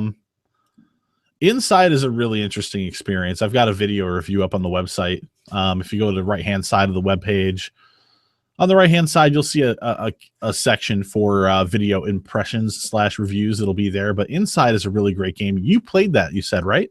I did, yes. Okay. PS4. Yeah. Right. We had that conversation. You were never really too big into Limbo, but you actually did like this game, if I recall. Yes, I really, yeah, because I don't want to get too much into why I just wasn't into Limbo. I just wasn't. But Inside, like the atmosphere was just so fucking good, and like I love that the visual style of it, and a lot of the puzzles were clever, and it gets fucking out there at the end of the game. Yeah, anybody who plays that game like through to completion, they're like that's like the highlight of their experience, like talking about the end, because it's just so fucking bonkers compared to the rest of the game. It's just like, what just happened here? Yeah, you really do have to go online and like start Googling like what people think the game is about. Then it starts to make sense. Otherwise, you're just looking at that thing. I guess there's really no other way to describe it without spoiling things, but you're looking at that thing and you're like, what the fuck is that? But it's so cool to control it because like the way that they built like the actual movement of it and everything and the mechanics work so well for what it is. It's like they must have put so much time into what seemingly seems like such a simple thing. Like I don't want to like spoil anything for anybody, which makes this really hard to like kind of sell. But yeah, but it's especially Inside's not a long game either. yeah, it's like 3 hours. Yeah, just about, yeah. Yeah, so every single one of you go buy Inside, and then we'll spoil the shit out of it next time. How's that? There you go. Grim Dawn, have you heard of that game? Have you played it? The title is familiar, but no, I have not heard much about this game. So basically, the way that a lot of people coin this game is it's what Diablo 3 should have been, I guess. And so that intrigued the shit out of me. I bought it. I downloaded it. I played it a lot. And it really is a really great game. And I think what people were kind of missing, like a lot of people definitely do like Diablo, and a lot of people are still playing Diablo 3 to this day. However, a lot of people were disappointed when that game came out because it had a little bit more of that colorful, not quite cartoonish, but sort of leaning in that direction vibe that kind of like World of Warcraft has. And that's not what people like remember or wanted out of Diablo games from the past. Like they were dark, you know, like when you call a game like that a dungeon crawler, it felt like a fucking dungeon crawler. Like the beasties inside were nasty, you know, it felt grim. This game, Grim Dawn, kind of has that visual aesthetic that you kind of would have wanted Diablo 3 to have if you were one of those people, I guess, that were waiting for that. Okay. And it has a bit more challenge to it, I think, than Diablo 3 has. It's just it's a really good game. I think it doesn't offer too much variation in the way of like classes or anything if you like to really like expand your gameplay in that direction, but yeah, if you like those point and click sort of RPG dungeon crawly kind of games, like Grim Dawn is probably one of the best ones I've played in a long time. Nice. Yeah. Pokken Tournament, I don't have a lot to say about this game. My son got it for Christmas, which is kind of how by default I ended up playing it. It's actually a fun kind of fighter because I feel like you really don't have to know a lot about fighters to enjoy it. You know, I don't have to like figure out 1,600 different button combinations in order to know all the Pokemon's moves. I feel like they all sort of work the same way from character to character. It's just a matter of like knowing what moves each one has so that like you know when to block, when to move forward, when to attack, when to not attack. It's actually pretty fun. I had a good time playing against my son with that game. I was really embarrassed because like the first couple days he was kicking my fucking ass, and he's 6. Like it was one of those moments where like, you know, the fucking 6-year-old just put his father down. Like you get the shovel, start burying the hole in the backyard for daddy, because apparently this is the end of the line for him as the head of the gaming household. The student has become the master. Yeah, and then all of a sudden I was just like, you know what, I'm playing too aggressively. I'm just going to block every once in a while, and then I started kicking his ass all the time. He's too young to kind of get into that finesse of it, so yeah. So now he doesn't want to play with me anymore. He'll play other games, but Pokken Tournament, I don't know. He must have really been sick today because he was challenging me at that game again. I was like, no, dude, you don't feel good. Another day. Overwatch. Talk to death about Overwatch. We did, and now that we're, you know, talking about the end of 2016 and it just overall, got another update too recently. Yeah, I kind of feel like I want to try the new map because like having a new map is what I've actually been waiting for a long time. Like that one castle map was not enough to draw me in, but 2 new maps that I haven't played, maybe it's time to give it a shot. I played Overwatch recently, and yet those new maps or whatever did not circulate in the rotation, and then I was like, I gotta do something else now. That's still fun. I still had fun with it. And yeah, that's the thing. Like it was fun, but like I don't know. Like a lot of people have, now that we know who everybody has leaned on for their games of the year. This game has won a lot of like game of 2016 awards. Yeah, I personally don't get it. I think it's a really fun game. But you played like what, 2 minutes of it? Overwatch? No, I played more than that. I played it like right when it like came out, and I spent like a lot of time with it for like a few weeks. And then after that, like just other games came out and I never got back to it. Like full disclosure, it became my game of the year. Did it? Last year. Yes. Well, talk about it's just how I mean, if you listen to past episodes, you hear me ramble on about why like I keep playing the game. Well, I remember like you were sort of in the similar situation as me. Like you were just like, man, I still haven't picked up that game. It's been like 2 months. Yeah, like I do get like these lulls where I just stop playing it, but then like I come back to it once they have like an update or a new character comes in, and I jump back into it, and it becomes addicting for me again. And it's I don't know what more to add, really. It's just like an addiction at this point. And anytime like I feel like I can fucking win a game, I'm gonna do it. And even with the and it's funny how much they try to balance that game out. I never really noticed in any way, and I guess maybe that's a good thing. Which is not to say that I don't feel the game is balanced. I just don't notice it anytime I read those patch notes. So everything is just seems to be okay. Just to respond to you in the live chat, since I know you're not watching it right now, Gus, Red Hood 420 said that Overwatch did not deserve it. Objectively speaking, it was Uncharted 4. But we'll talk about Uncharted 4 in a little bit too. I don't know what like it's not objectively speaking like implies like fact, which I guess if that's a fact that you want to live with, that's go ahead. Like yeah, it's kind of really hard to say like, see, that's why like when we do these shows every year, I do not say this is game of the year or this is the worst game of the year, because I'm not saying like they're wrong. Like if they feel like I almost said Underwatch, fucking Uncharted. Underwatch. That sounds like a porn VR game straight out of China. Like if Uncharted 4 is their game of the year, like props to them, because I mean that was a good game too. It was other people's game of the year as well. Yeah, I actually almost forgot it even came out. But like, everything about like these lists that come out from all these different websites, and even what we're talking about, it's all strictly subjective. There's nothing objective about it, you know. Like there's really nothing like factual that we can talk about unless it's like performance. But Pokken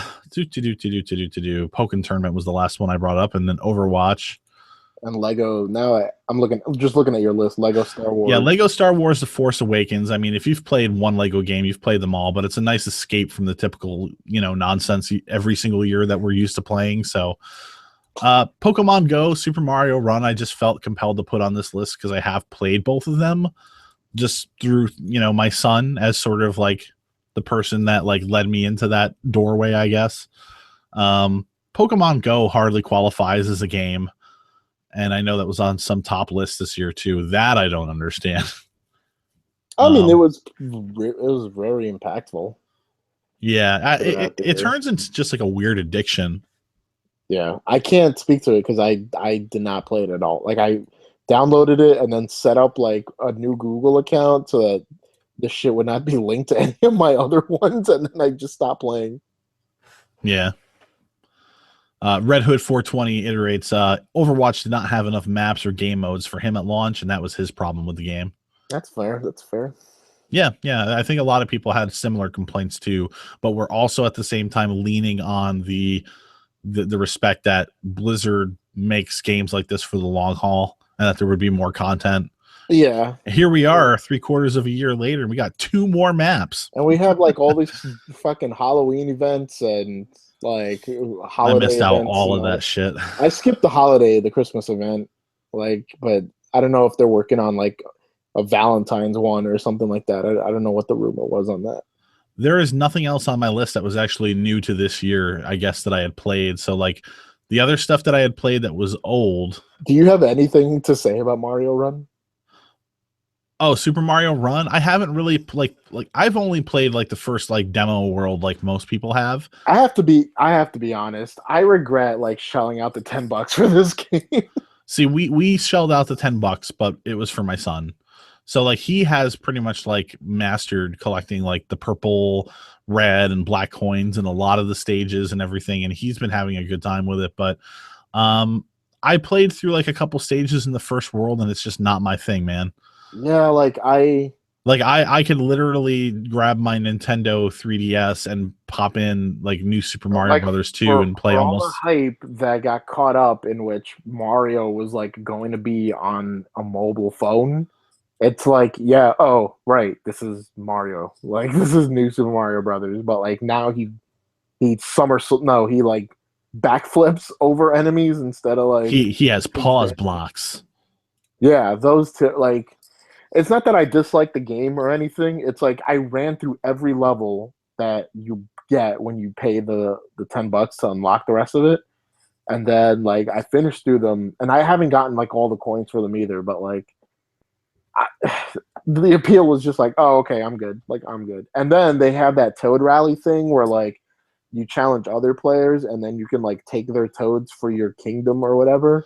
Yeah, my son's been giggling like a schoolgirl over that shit because he always wins that, I guess. Yeah, like I mean that's fine, I guess. And but like they never. I still don't think it's worth $10. I mean, a lot of people are like, you have to think of it this way. It's a Nintendo game, it's Mario, it's a premium product of, $10 is not too unreasonable to ask. I think it absolutely is unreasonable when the goddamn thing has to be connected online all the time. Like if it's a $10 app, you should be able to access that shit if you're like, like heading on a train to work, where there's not good cell coverage sometimes, or if you have to go through tunnels and shit, or if you just happen to be staying somewhere that doesn't have good cell coverage, like you spent $10 on that game and you're not guaranteed able to play it, like no matter where you are, that's garbage. Well, leave it to Nintendo to like do that one thing that makes you like scratch I your head. know, and their reason for doing it, they said it was because of, they were afraid of the game being pirated. Like I know there's a scene of like jailbreaking phones and shit like that, but like really? I don't know. I don't There's get it. really there's not a lot more to add to that game. It's No. whatever. So the older games that I had played just to sort of round out the year was Mega Man 2, Mega Man 3, Super Scribblenauts, Super Mario 64, Contra 4. But like as far as like remasters that came out this year, Earth Defense Force 4.1. It is my first time ever playing an Earth Defense Force game. And if you're ever looking for like old arcade fun that just blows away anything you've ever played before in your fucking life, you need to play Earth Defense Force. Have you ever heard of these games? Yes, I've never played any of them, but I know I've heard of Earth Defense Force. Have you ever seen any gameplay footage? Yes, I think so. Holy shit, dude! It's just these huge fucking bugs as far as the eye could see. It's like being in the middle of like a monster movie times a million. And like the weapons that you get to combat these things are insane. Like I had this like rocket launcher that would target like 12 different enemies at once, and then just just shoot out like 12 rockets at a time. It's like infinite ammo. It's arcade fun at like its best. Play those fucking games. Also, what I've been playing a lot recently, I've got about maybe 15 hours on it so far. Dragon Quest 7 on the Nintendo 3DS. It is my first Dragon Quest game, and I'm sorry I have not played these games sooner. I know that you and Gabe are usually talking about Dragon Quest in a very positive light. Yeah, and oddly enough, like I'm not that. I think I put about as much time into 7, but I haven't played it in a while. Did you ever play it like back in the day though? No, like I back because Dragon Quest 7, if people don't know, is actually this is like an enhanced port of Dragon Quest 7 from like 2000, I think, or 99. It was on Yeah, with PlayStation one of the 1. most notable changes is that they actually like shortened the amount of time that like the beginning of the game takes before you start really getting into the thick of things. Yeah, just about. But like at that time, like I was not a big Dragon Quest person. I think like I honestly it started for me with 8, and then I kind of deep dove once they started coming out for the DS, because there was like the easiest ways to access those games. Yep. But 5 is probably still my favorite one in the series, and 7 I have a copy of that waiting to be played. Ever since I got my hands on 7 and fell in love, I've been trying to collect the ones I don't have. I have 5, I have 9, and I will be picking up Dragon Quest 8 on the 20th when it comes out. That's right, yeah. Yep. So yeah, anybody who's never played those games before, please support it, because they're charming RPGs with the old school turn-based mechanics. And if you miss those kinds of games, this is perfect. I got Dragon Quest Builders for Christmas, but I actually have not. I just installed it on the PS4, but I haven't played it yet. I'll get around to it though. And one game that I've spent since October 55 hours playing is the Skyrim Special Edition. Yeah, I don't know what to say. I've always been head over heels over this game, even though I never really liked Oblivion and I don't like Fallout 4. I love Skyrim. I always have. And Skyrim Special Edition has been just a blast for me to rip through again. And it's still the game I'm probably playing more than any other game, even a couple of months on. So I don't see that changing anytime soon. So like, as far as like older games this year that I've been playing, that's probably like my favorite one. For sure. But yeah, I want to, I guess, kind of ask you if you've been playing any like remasters or other older games this year that you want to note. Yeah, I guess technically this was a new release last year, but it was also like a remaster. You know what? As we were talking about, because we were talking about 2016 releases, right? So looking at my little Google Drive doc here, wow, I played most of the stuff I had in this list is like spillovers from 2015, but like the first title that caught my eye that came out this year was Ratchet and Clank. Okay. On PS4, which is it was a good game. It was like very good experience because like it scratched this weird itch of like that era of like 3D PS2 platform titles. Yeah. And I, truth be told, did not really immerse myself in those very much back in the day. So when I picked up Ratchet and Clank, I had fun. I had fun with it. It was a fun experience, and it was a pretty easy platinum trophy, by the way. Let's see. And as far as remasters go, the Legend of Zelda: Twilight Princess HD. I spent a fair amount. I played from like start to finish. Actually, that was my third attempt at playing Twilight Princess, and like the first time I ever actually finished it. Not one of my favorite Zelda games, if I'm being honest. Yeah, I feel like a lot of people feel that way, but like if it's not Twilight Princess, other people like will slam Skyward Sword more. I don't have a problem with Skyward Sword. Yeah, from what I played, I haven't finished the game. I played about half of it, and then I had to step away because it was kind of repetitive. But what I played was pretty cool. Like the dungeon designs were some of the best that I had played. Twilight Princess had some good dungeons, like don't get me wrong, but almost everything else in between, like it was just like okay, I guess. Yeah, a lot of people don't like the wolf shit.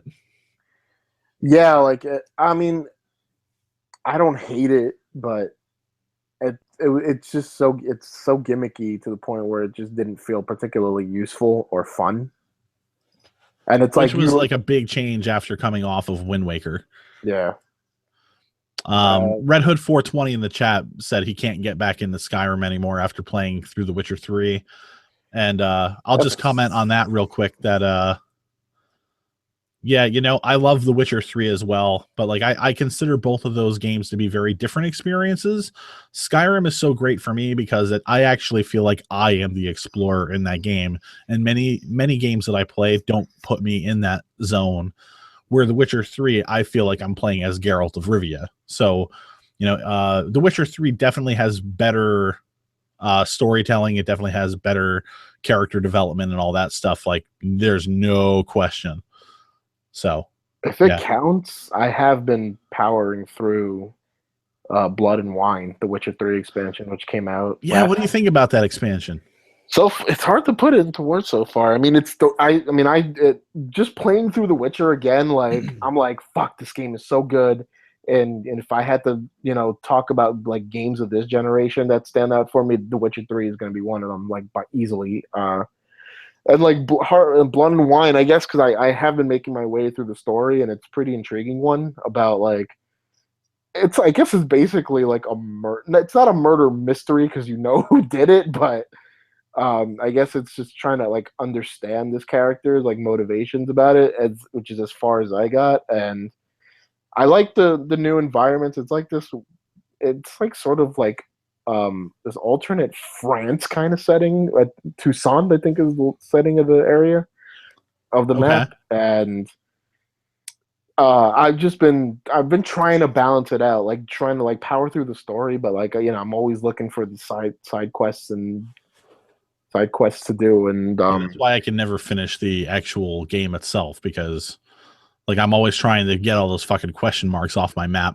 There was one I liked weirdly because it was so straightforward that like like in games, especially like Grand Theft Auto, and it happened quite a bit in The Witcher, where like you get a side mission and there's always some twist to the mission in the end where like this the narrative of it gets like turned on its head somehow. But like this one mission in The Witcher where like some like nobleman he's a nature lover and he wanted to take pictures of like some creatures, and it was just so straightforward. I kept waiting for some arbitrary twist to happen and it didn't. And when I finished it, I was like, I like this quest because like no bullshit happened. He just wanted to take some pictures and we got attacked by a giant man-eating plant thing. I had to cut it up and we're good. And that's it. Yeah, that's the thing. Like the game is aware of that though, like the people who made the Witcher, because sometimes you go on those quests in the original game and like Geralt will make a comment like, really? Okay, I guess I'll go do this now. He does it here too with some. Oh, does he? See, like that's awesome. I love one quest where like it's not even. I love the self-awareness on display. It's like not even a quest per se. It's just like this dude comes up to Geralt and he's like, "Hey, like a while back, I put in some money in a bank account under your name, and you can go claim that money. I'm sure like you collected on interest and stuff, so there should be like a fuck ton of money in there." And then you go into the bank and it's like, oh, you got to get this form. Oh, wait, to get that form, you have to fill out like permit like 3B or something. And it's just this jerk off, like fucking jerking around, fucking like goose chase for paperwork to get money from a bank account. And that's when there's actually a twist in the end. You don't even get that much at the end because it got taken from you. I'm going to answer a question from the chat here in just a second, but yeah, I actually had a friend on Twitter today, a local friend who he got Witcher 3 as one of the numerous games he bought with some holiday money. He never played it before. He never played any of the Witcher games before. And his comment on Twitter today was, yeah, so some old dude just asked me to go find his goat, and I'm done playing The Witcher 3. So I'm like, dude, you're still like in the tutorial part of the game. Like, give it some time. It's a very slow burn with the story and everything, but like things really do pick up. Please. It's funny too, because yeah, like it definitely obviously picks up, but like there are a couple of games. Like, get through the Red Baron quest line at least before you make any decisions about whether you want to keep playing that game or not. That's a fair endpoint. Yeah. Because like that's like the first character that you come across that like makes you feel like multiple layers of feelings for that character. Yeah, because when you really start to realize like the writing on display in this game is really, really well done. Exactly, yeah. But yeah, like I also don't blame him for feeling that way when other games that do that shit and there's like no payoff. Yeah. At the end. But the question in the chat was, do you guys think devs should stop charging so much money for DLC story after the expansions that The Witcher 3 put out? I think the question is not. I think what people are asking for money wise for DLC is a lot of money. Like you think about the season passes for Call of Duty, and it's like $50 for a year for what, like fucking skins and shit. For skins and maybe one story thing and like one new area. I don't even think Call of Duty does story shit. It's just map packs for multiplayer. Oh, specifically Call of Duty, like it's like skins and maybe like a quote black market weapon Right. Like nobody does like expansions anymore like CD Projekt Red did with The Witcher. You know, and the fact that like they can charge like $15 for one expansion and then like $25 for another one that is like what 40 hours long. Yeah, and Like it's funny because I could try to like answer that with the sort of brevity and like an sort of balance, but like I honestly I will come and admit that like I actually prefer like these the big expansion. These I think these were $20 right at launch. Hearts of Stone and Blood and Wine. I think one was less than the other. I think Hearts of Stone was like $10, right? And then Blood and Wine was like 20. Something like that. And like these are like big expansions that have like I'm pretty sure that include like a bunch of items in it and stuff. Like I just personally me. Not only that, like they were selling the expansions, but like anything cosmetic that they released for the game, free, yeah. it was free.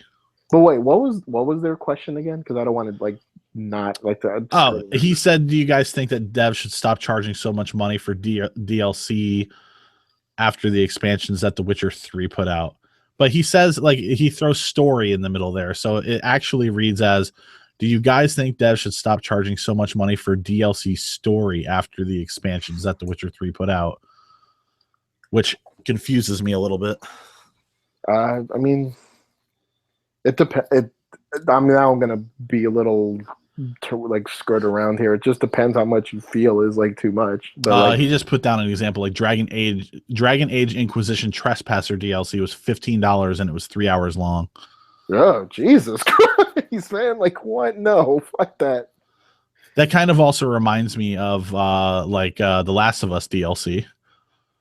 Like that thing was like 3 hours long. It was really solid, but wasn't that also like $15? I think it was a little. It might have been 10. I don't remember. I probably bought it on sale. The one with Ellie and the girl, right? Yeah. I forgot the name of it. Yeah, I forgot the name of it too.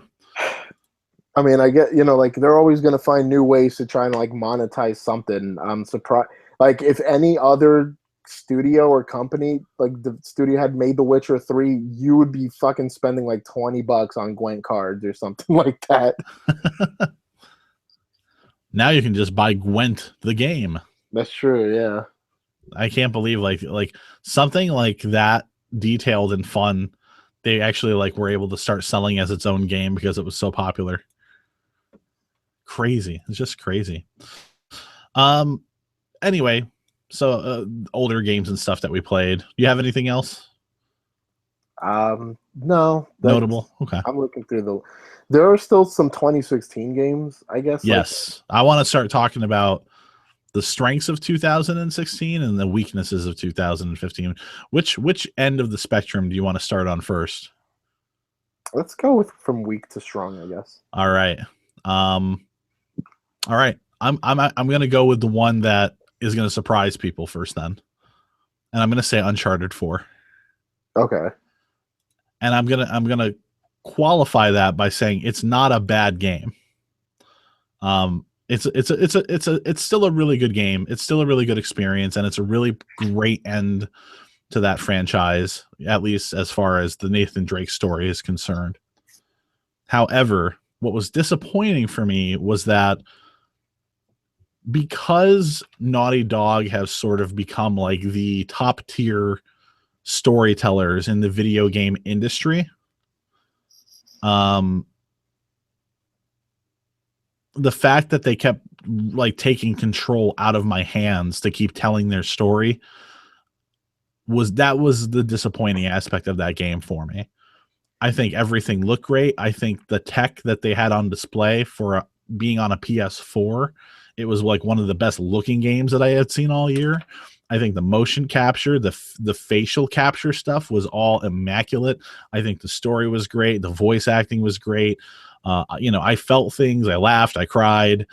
And the moments where I did have control were really good. But I hate when games like give me a little bit of gameplay and take it away, and then give me a little bit of gameplay and then take it away again. And I felt like Uncharted 4 had this really bad habit of doing that. So I'm not saying it's like my greatest disappointment of the year, but like when I finished that game, I said to myself, like, I had a good time with it, but it could have been better. Okay. So That's the one that I want to lead off with. So wait, so we're just talking about games like a game last year that like disappointed or just didn't really. Yeah, and we'll work our way up to like our most disappointed, or what games we're most disappointed with. But that's definitely not my most disappointing game, but it's one on my list. All right, I don't know that I had. I guess on that level that a game that Uncharted 4 disappointed you, but you still liked it. I guess it's Yep. fair to say. For me, that would probably be Deus Ex: Mankind Divided, which also like that. Like on my blog, like I put That's on like your games that you liked list. Yeah. yeah, like it was like an honorable mention. But I think what it was. Did you play that game, Deus Ex: Mankind I Divided? did not. I've never played any of them though, so that's why. Man, you should.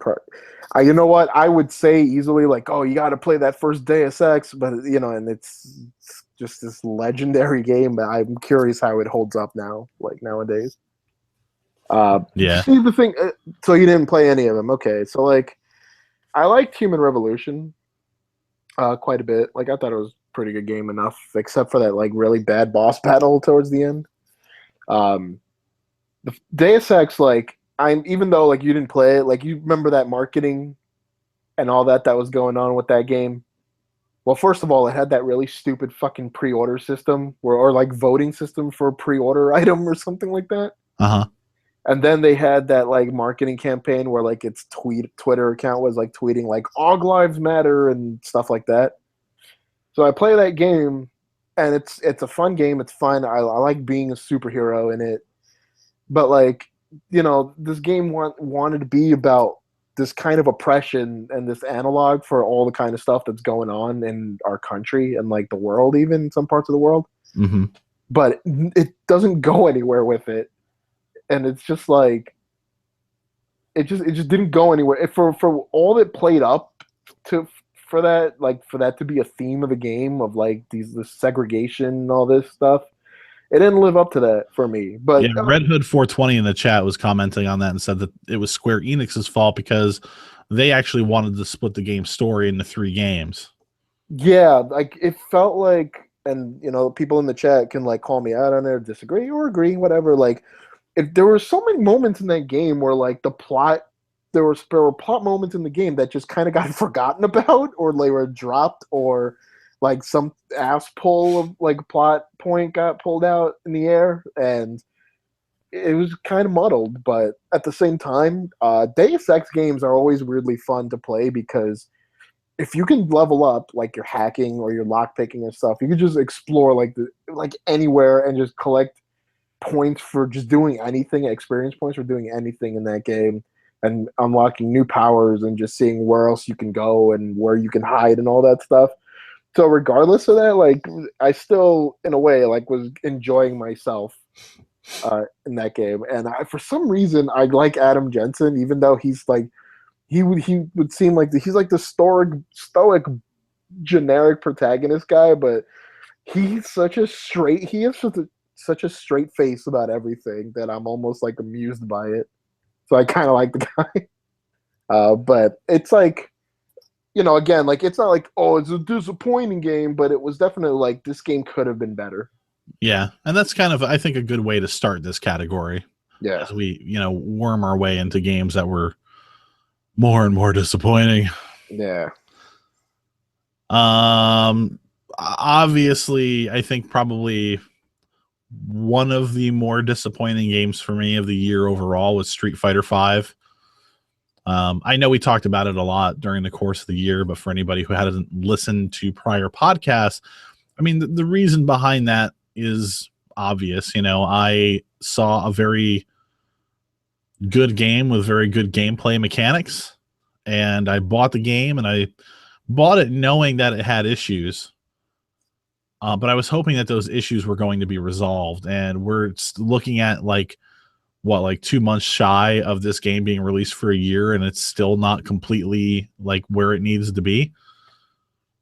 Like, that's kind of crazy to me that I had that game for a while, and I spent like more times in some cases waiting for a match to get linked up to me and so we could start and fight than actually fighting in that game. It's kind of crazy because from what I understand from people that have played is that Street Fighter Five is at least mechanically like is a pretty good game. Well, like Yeah, it is. It's a great game, amazing. but they just fucked up this launch like so much that they basically didn't have their shot arcade mode, which of course you need to have single player to practice, dude. Yeah, and like the story, there's like a story mode sort of, but barely, or something like that. Like at least when it launched, I mean. There wasn't a story mode when it launched at all. So not at all. But there was just like some kind of mode where it was just like, here's a cutscene. There was a ladder mode. That was. Oh yeah. There was a mode where you could play as the characters. I'm sorry. Yeah. But like it was just a few matches and then it was over. You had their whole like story, their minimalistic story. It was really bad. It was really bad. Because it wasn't like you were going down the entire ladder of characters and like working your way to a boss and then beating the game. It was like literally like 3 or 4 different matches, and then like the story was over for that person. It didn't take long to clear that at all. And then there was a ladder mode, like an endurance ladder, to see how many people you could take out before you got taken out, basically. And you kept earning points, and you could spend those points in between each round to like buy bonuses, like either like refill your health or to be able to do double or triple damage the next round, and so on and so forth. So it was kind of like a fun little game mode that they threw in there, but like, yeah, there still wasn't any typical like arcade mode. I mean, this game, and like the fact that they launched the game in that respect, and like they still expect like people to like buy their shit, even like at this point after everything they've put people through. Oh yeah, here's season 2. Here's some characters that we want you to buy. Like, no, maybe you need to make things right and just start releasing that shit for free, and hopefully people start buying your game again. Yeah. That's my message. So that's one of the few games this year that I actually got rid of. Oh wow. Yeah, that doesn't happen too often, but I got rid of that game. So how about you? You want to take a stab at a game that was a little more disappointing for you? I wonder how much shit I'm gonna eat in this chat or just in general for this next one. Dude, I am not liking The Last Guardian like at all. See, now Gabe, he played that game and he beat it, I think, and I think he really enjoyed it. Yeah. And the first question that I asked him about that game, and he's in the chat, so he can respond if he wants to, okay. Or the fucking pussy can actually come onto the podcast right now if he wants to. He's got an invite. Come on, Gabe. No, the first question I asked him was, so is it true about what everybody says about that dog, that it's very frustrating to deal with at times? And he said, no, I never had a problem with the dog. And I said, come on, dude, you've got to be kidding me. That's like the number one like talking point for anybody who's played that game. And it's hard for me because I can't talk about it because I haven't played that game yet. I did get it for Christmas and I will be playing that at some point in the not too distant future, but should I still at least get into it like without, I won't like kind of sway. Oh yeah. Go right ahead. No, you know what? Oddly enough, no, Trico is not 100% perfect AI, but for the most part, it's kind of, he's been okay. But I have a harder time controlling that little brat kid than like getting Trico to go anywhere. And it's just like, no, like in seriousness, first of all, so I've read so many like reviews and stuff on The Last Guardian where like reviewers are okay with like the control jank and shit because they had such a fucking deep experience or whatever. And like, okay, that's fair.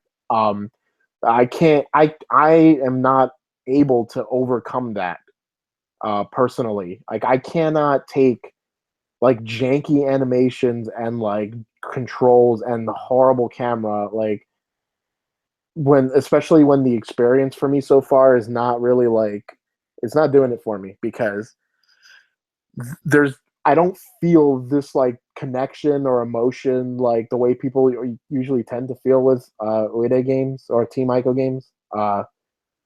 you know, Shadow of the Colossus was like a decade ago, and the last time I played it too was like 5 years ago when they put it the HD version on PS3. And Right. when I play through The Last Guardian, I feel like been everything I do in that game is like been there, done that. And the environments are great looking. It's a super good looking game. So you know, some of the animations are most of the animations are very good. Trico is impressive, everything tech wise and stuff. Even though like yeah, there's some performance issues, and my PlayStation 3 turns into a fucking like a 22 Raptor when that game is on.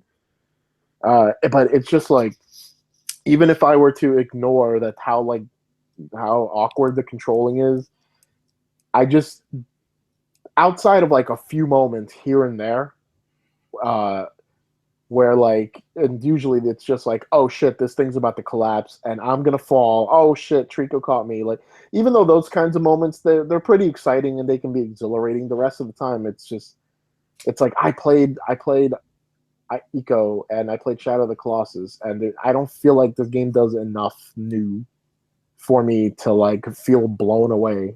And this was a game like, how long have they been talking about this game? Almost a decade.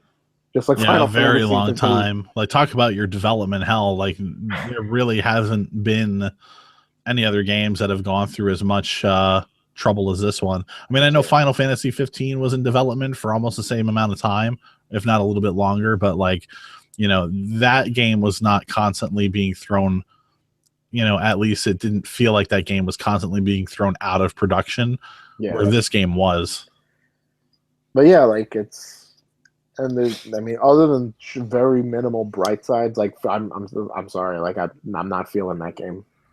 Taladia HD in HD Gamer in the chat says that his worst game of 2016 was Call of Duty Infinite Warfare, just on the basis that it was basically the same thing they got back with Black Ops 3. Didn't really, I guess, reinvent itself enough, which is, I guess, true for pretty much any Call of Duty game. I think it did like for me enough new things like that I was super into it. But yeah, the space stuff was definitely cool. But yeah, it's why I didn't finish the game, because you know it's still ultimately, even it's with that Call stuff of thrown Duty, in, like in the end. yeah, it's still Call of Duty. My next game, and I'm probably just going to mention two more games as far as the negative spectrum is concerned. I'm a ninja. Gabe is here. Right, you called me from the mountains of Italy, where all the I believe I called you a pussy and challenged you to come here. Actually, that's why I'm here. See, that's how you get an Italian to show up on your fucking podcast. You can't be nice and say, "Can you please come to the podcast?" Be like, "No, listen, pussy, get to this fucking podcast." And here he is. How are you guys? We're good. We're good. I was just about to say my second most disappointing game, since we're counting up to number one of 2016. And yeah, I heard your first one is one that I actually told you was not a good game. Street Fighter V? No. Uncharted 4. You mean the game that you never played? Yeah, no, I played it. Not all the way through though. Except when you told me it wasn't a good game initially, you had not played it. Yeah. Okay, just wanted to make that clear for anyone listening out there. Yep. But this pick is going to be Mafia 3. And the other game that was not good. Yes, the other game that was not good. And it's because the game was not optimized well at launch. It's still not optimized very well, at least on the PC. I think that they were very ambitious with the storytelling, with the character development, the writing, and, you know, exploring that era of American history where maybe things were not so great back then, and actually taking that and portraying that in a very real way. I appreciate a lot of the things that they did with that, and especially even exploring a new open world area that did not basically reflect New York City or Los Angeles like many open world games do. However, you're doing the same 2 or 3 missions over and over and over again throughout the entirety of the campaign, and that's ultimately what makes that one of the more disappointing experiences for me in 2016. I saw that a lot on Twitter from people who were like, we're like, is there anything more to like the same like 3 side missions like that you constantly do over and over? Oh, those are the main missions. Like the side missions is just basically like you're just drug running. You just go to some location, you pick up a truck or a boat, and then you like bring it back somewhere, and then like, oh, there's your extra money. So yeah, it was that game was disappointing for me. It was one of my more disappointing experiences. It's certainly not as unfinished, I don't think, as something like Street Fighter V was. But like, I'm not huge into like fighting games generally speaking anyway. But I had an itch for one. But like Mafia 3 was a game that I really wholeheartedly expected to be really good. And if it wasn't for the fact that there was that lack of diversity in the mission structure, it would have been amazing. So, so I guess that's all I've got to say about that one. It was a disappointment. What about you? Me or Gabe? How about let Gabe go? What games were you disappointed by this year, Gabe? Oh man, this was a weird year for me. My expectations were so low, like and they still weren't met. Yeah, like I'm not really disappointed in anything because I didn't expect anything. So no, maybe the biggest one, which everyone could see from a mile away, was Final Fantasy 15. That game is such a piece of shit that I'm like, oh my god, man. And it's in stark contrast with which was with the one that's going to be my game, one of my games of the year. I can't talk tonight, sorry. But I guess we're going to talk about that later. So, right, we will. But yeah, that's the thing. Like, I haven't played enough of Final Fantasy 15 to say yay or nay about it just yet, because now I'm waiting for all that fucking additional content to drop. Yeah, I'm not waiting for that. Like, yeah. I don't give a fuck. It's really a shit game. Which it took a lot of balls to release the game in that state, because I mean, to have it be in development for like 10 years. And then drop it that way and say, no, we still have more shit to add into that game because we know it's still not finished. Wow, just wow, man. Shameful stuff. You know how like recently Polygon had like this big oral history of Final Fantasy VII on their site? I want that for Final Fantasy 15. Because man, like, and I don't even mean just like when they changed up everything for the game to be what it is now, but like from like 2005 or 6 on, when it was still Versus 13 and stuff. I want the whole story. Yeah. Oh, and be ready for 7 remake, because that's gonna be another shit show. It probably will be. It will be. I assure you, it will be. Like, mark this podcast, mark the timestamp. We'll go back to this. I promise you. Are we all on the same page probably for the most disappointing game of 2016 then? I think not. No, because really? I know what you're going to say. Yeah, you do. And then what about you, Gus? Are you on the same page with me or no? I don't know what the game is. Come on. You've got to know. Oh, wait. Yeah, probably. Yeah. I just completely forgot about this game. I guess that's how disappointing it was, maybe. If it's the game I think we're thinking of. It's No Man's Sky, of course. Yes, of course. See, disappointing. I use disappointing literally, because I got that game without any expectation, and it still was like a pile of, what did Gabe call Final Fantasy 15? No, it was a pile of shit. Yeah. Yeah. And like, and you know what? They brought in that, what is it called? The Foundation update or whatever the fuck, where they brought the base building in and all that. And which completely contradicts the whole fucking point of the game. Yeah, that's such a fucking stupid idea. Yeah, I don't know. Like, Mike and I went so much into No Man's Sky for like 2. Yeah, we had like a 2-hour conversation about this game. Like a whole I have episode. Nothing to add anymore. Like, it doesn't, like, history will tell. Time will tell. No, time will not tell. It's just, that is a game for the history bucks, in which how not to release a game. And you know what's funny? Not to sell a game. You know what's funny? That there's plenty on Steam. There's plenty of games that are in the same vein. Planet Explorers. There's a new one. Astro Tier or something, right? No, what? Yeah, there's like 5 or 6 that are Astroneer is the one Exactly. I keep hearing about. Some are in early access and whatnot, and they're so much better than No Man's Sky. And cheaper. I'm looking. And they're probably, and the teams are probably even smaller. So it's fucking, oh my God. Whatever. No, I mean, I don't hate the game because it has a weird charm for me. But I think that charm wears off after like 2 hours. It didn't for me, but still, there's no version of this in which I'm going to say this is a good game or even an acceptable one. All right, so it sounds to me like you've got a different game in mind, and Gus also, because he wasn't technically disappointed. So I guess I'll have to ask both of you individually. I'll start with you, Gabe, since you haven't been with us as long in the podcast. What was your most disappointing experience in gaming in 2016? I guess I already told you, like 2 minutes Final ago. Fantasy 15 was the one? Okay. For sure. Yeah, How about you, Gus? Yeah, I guess it was The Last Guardian so far. And I'm not even done with that game. But like Oh, In really? the chat, Red Hood 420, No Man's Sky is his.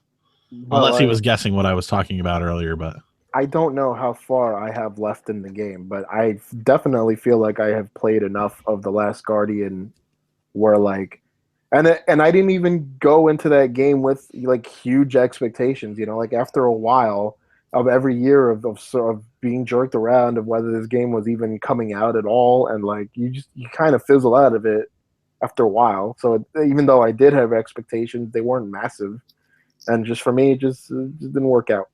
It's not working out, but I'm gonna finish it for the sake of finishing it, because why not?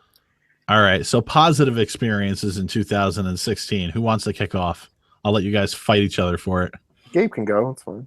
Okay. Oh my God. I'm going to mention some games that you guys probably don't know. That's fine. That's such a hipster thing to say. I'm going to mention some games you've probably never heard of them. Yeah. Like Motorsport Manager. Have you guys heard of it? I've only heard of it because you talked positively about it to me in chat privately.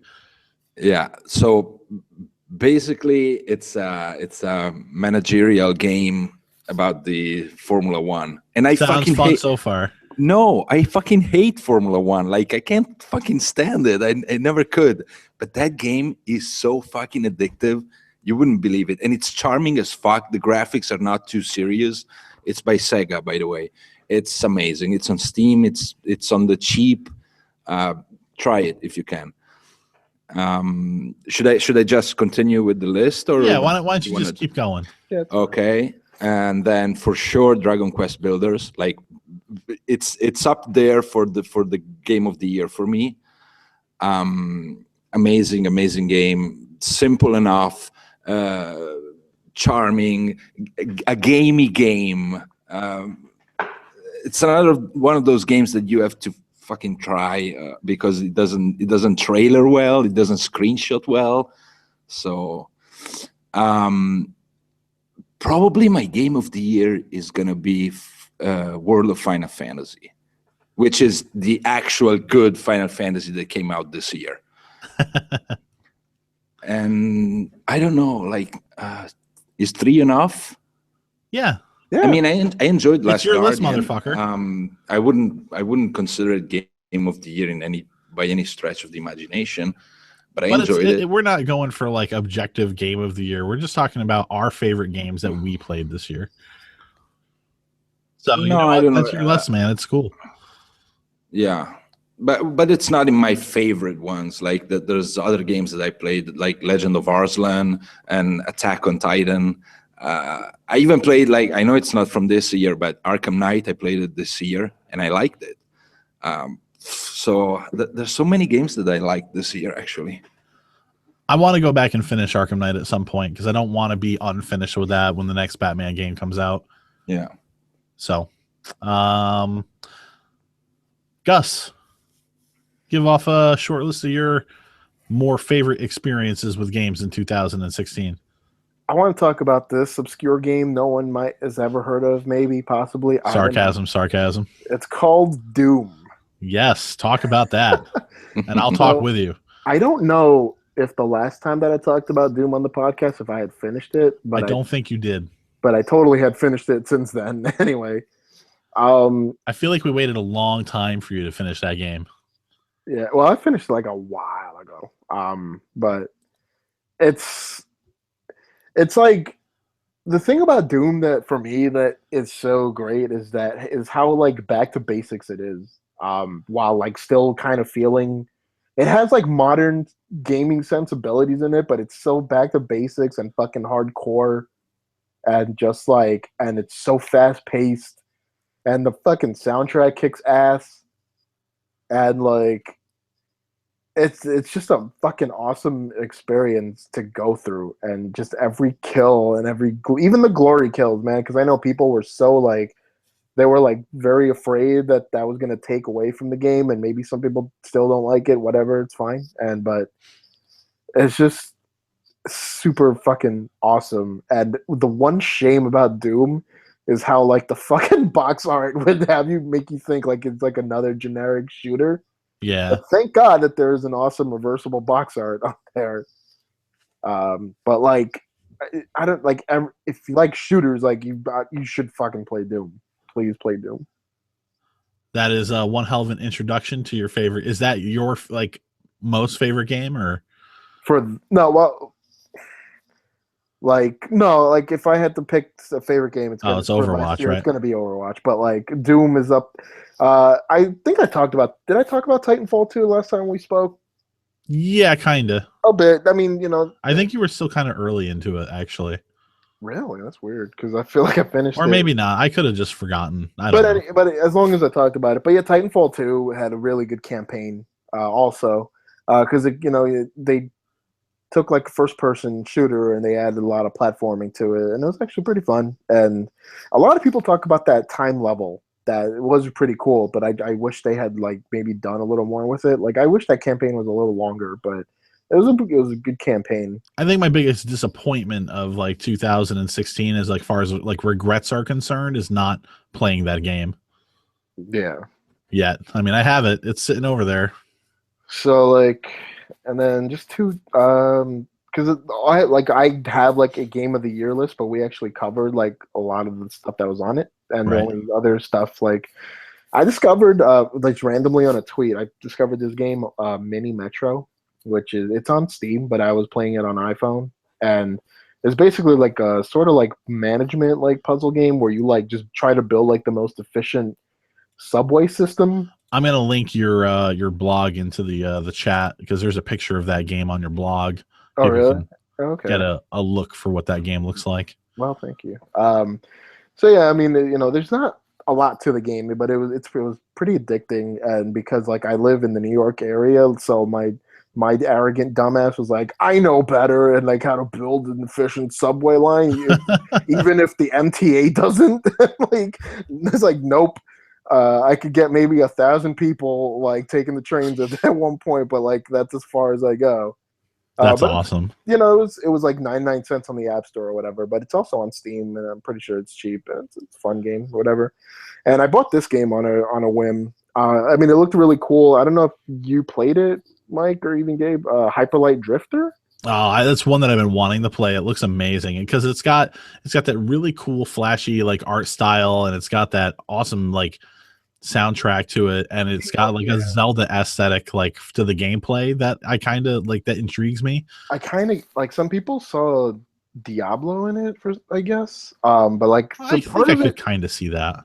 I see, yeah, it's like Diablo, and like parts of it is like a Link to the Past sort of like, but yeah, the soundtrack's really good in that game. I haven't finished it, but like, yeah, the graphics are actually what drew me, the art style, in, because it's like, like you always see like the retro style games, like so many of them now, and honestly at some point like you can get kind of turned off by that visual style.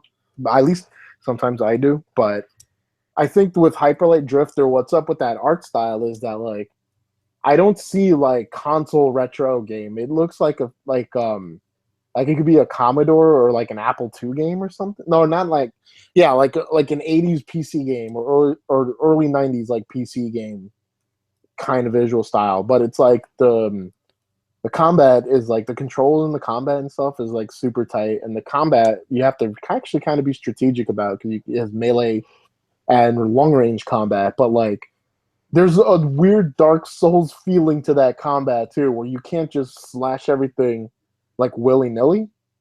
You have to actually like kind of plan your attacks out and stuff like that because it can get hard at some point. But Well, that's good. Challenge is always good. It's a challenging game for sure. Like not impossibly like bullshit challenge, but like fair enough that I'm like okay, like I got to devise a new plan and stuff like that. But I was having a fun time with it so far. I got to jump back into it, but I think it's a pretty fun game so far. So that's another one in last year that I liked. And so that's about it. Like for me. Oh, you know what? I can't say much on it, but like I have Pokemon Moon. My son's been playing that. How does he feel about it? Your son's like 5, but like I can't. I mean, he enjoys it. Yeah, like a lot of people were like, "Oh, this is a nice, fresh like reinvention, or not reinvention, but like just a nice, fresh." Do you have a history with older Pokemon games? Back then, like I played Blue and Yellow, Red, Blue, and Yellow, and then that's. Does it kind of feel like playing the same sort of thing? It's definitely like, oh wow, this is a 3D world of a Pokemon game, but it doesn't have the bullshit like roller skating that I think Black and White had, or was it X and Y? I don't even remember. I don't know. But I'm also like a casual as hell Pokemon person. Like I jumped back in. I went from like red, blue, and yellow, and then like Diamond, Pearl, Platinum. Like I completely missed the Game Boy Color and Advance era of Pokemon. But playing this so far, like there's some I kind of like the battle system, and they kind of made it a little more accessible, I guess, for new people and like younger people and stuff. It's hard to really put it without being, I guess, like a longtime series fan. It's just like, yeah, this is Pokemon, and they made things a little more streamlined and easier, and I'm enjoying it, and it's whatever. Like I just still got to finish it, basically. Okay. Very cool. All right, so that's your list. I have to second Doom. It's up there as one of my favorite games of 2016 as well, for the reasons that you stated, but also because it's just it's the fact that they were able to keep such like that simplistic old school. It's a love letter to itself. Yeah, basically, but like it's because that style of gameplay has been gone for so long, and because having to stand behind walls all the time in order to regen your health has slowed things down significantly in shooters nowadays. Like it's just refreshing to be on the go constantly and not stopping and destroying everything. And I like the fact that all the stuff that seems like it could be frivolous to the gameplay is actually useful. Like that glory kill mode, like there's a reason for that. You get stuff for those kills. Using the chainsaw, it's not just to like gorify an enemy into little, bits. It's so that you can get a massive explosion of ammunition when you most need it. Like they've made a purpose for everything while making it all just seem like you're doing it just for fun. And they had a couple of updates for this game along the way that, I think they had some like paid DLC kind of like multiplayer stuff, but for free, like you could download the option to center all of your guns into the middle of the screen like old school Doom. And they also have like an arcade mode that just like racks up all these points on the screen whenever you shoot anything. So I think those were neat little ideas just to keep people like playing throughout the rest of the year and keep Doom at the forefront of everyone's mind. And I think what also stands out about Doom is how initially before the game came out, like there was a lot of fear about how that game was going to turn out because Bethesda, right? They published it, right? Yeah. Yep. And they apparently like people because they didn't do a good job like kind of selling people on it because they were trying to like get people to look at the multiplayer more, I guess. Yeah. And a lot of people were like, "Oh God, like how is this game going to turn out?" And because they had the multiplayer beta, and it just seemed like, not good. Danger, Will Robinson. Yeah, and it's always like, and you know what? When that happens, it's always like it's even more awesome when then we're kind of proven wrong on that, and the product turns out to be awesome. Yeah. Because I feel like that doesn't happen nearly enough.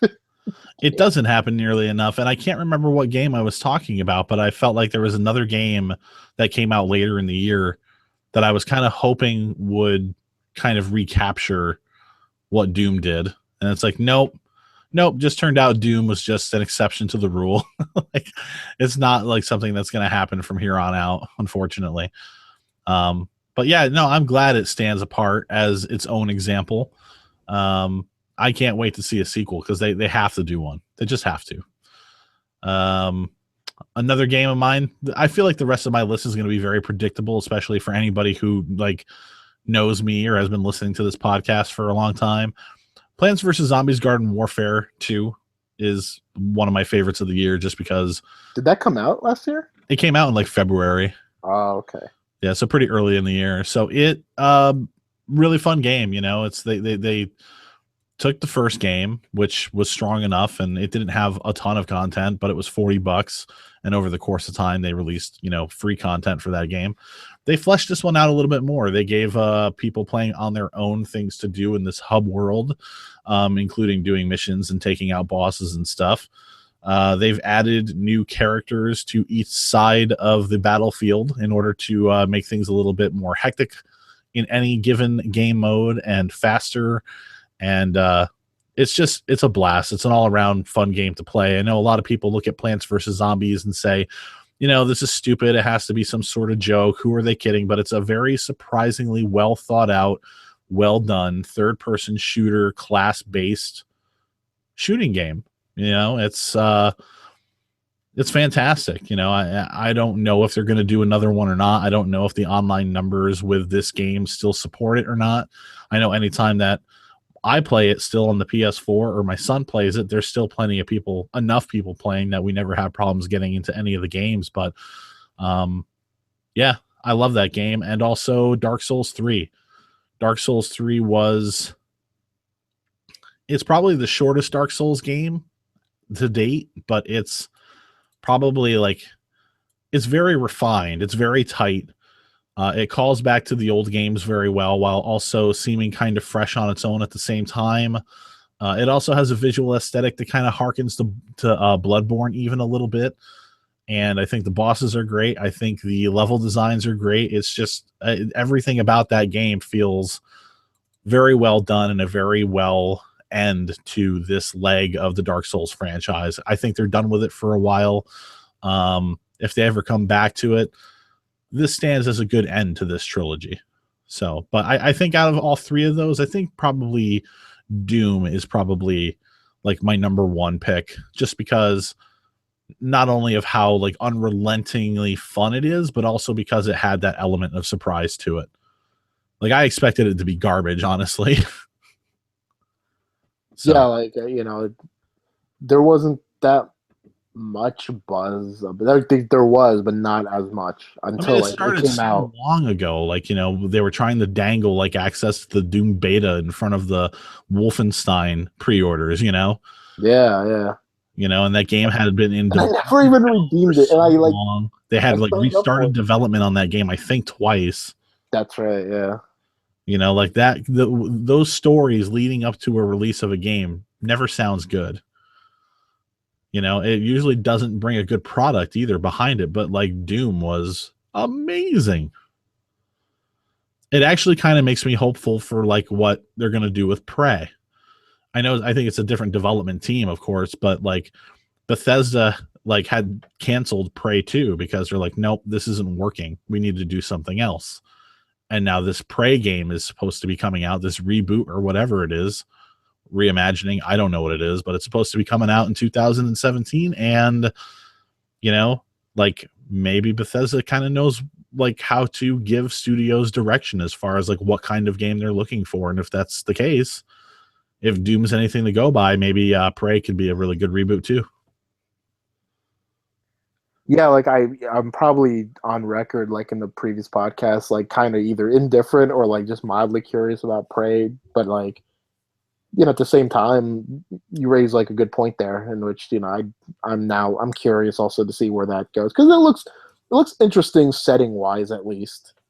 I mean, we can say a lot of bad things about Bethesda because of like, I don't know, like I hated Fallout 4.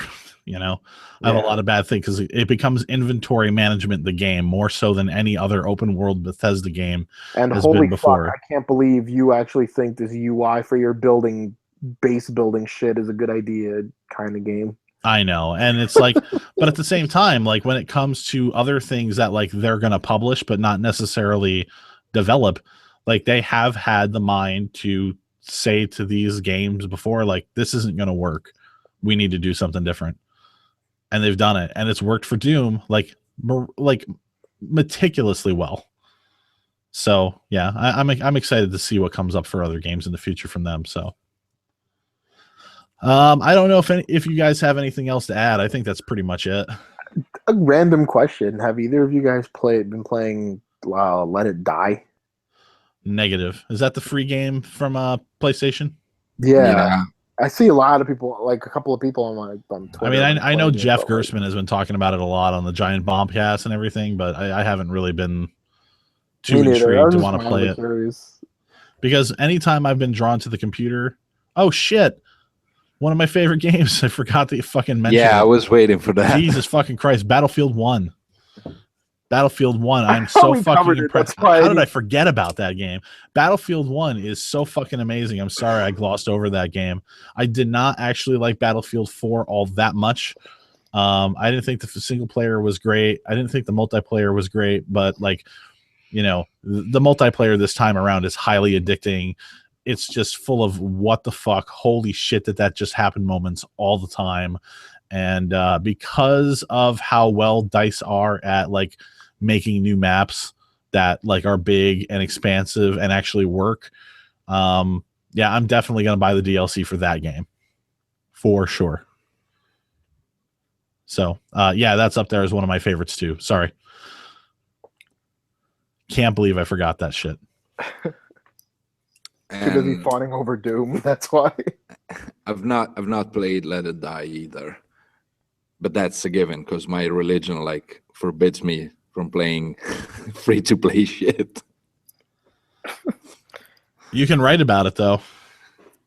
Yeah, for your magazine. Yeah. Maybe that's what they're going to ask you to do next month. Write a write up on that game.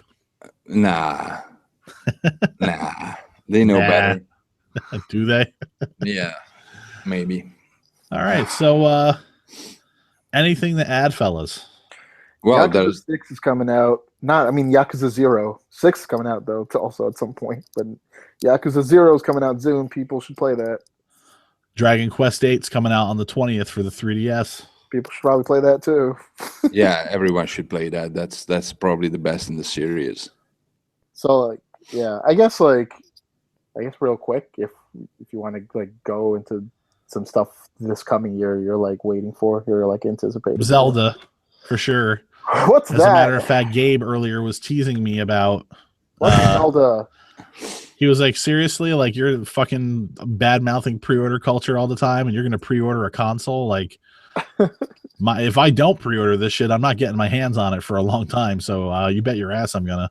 But you don't know if there's going to be good games besides Zelda. Like, you know nothing yet. It's going to be iterative bullshit from Nintendo, but I'll take it. Oh, whatever. Because it's always fun. Hey, listen, like they always differentiate each other enough, right? Like I can still play Mario Kart Wii and still play Mario Kart 8 on the Wii U, and they feel like completely different games to me. Yeah. You know, and the fact that they're coming out with like, but are you like on board fully already for the Switch? I guess so. Well, like based off of what I know for it, sure. Like I have so many fucking questions that I hope they answer later. Like one is Gabe called this thing like in its undocked mode. He calls it a door stopper. No. I didn't say that. I said you said cell phones have more power than this fucking thing does when it's undocked. That's true. But the door stopper comment was because we don't know anything about the game. So I asked you, well, you're risking having a nice technological door stopper if the games are not coming out for it. Like it wouldn't be the first time since we're talking about Nintendo. I mean, I don't think any of their systems that I've ever bought have been door stopper material for me. I never bought a Virtual Boy, so okay.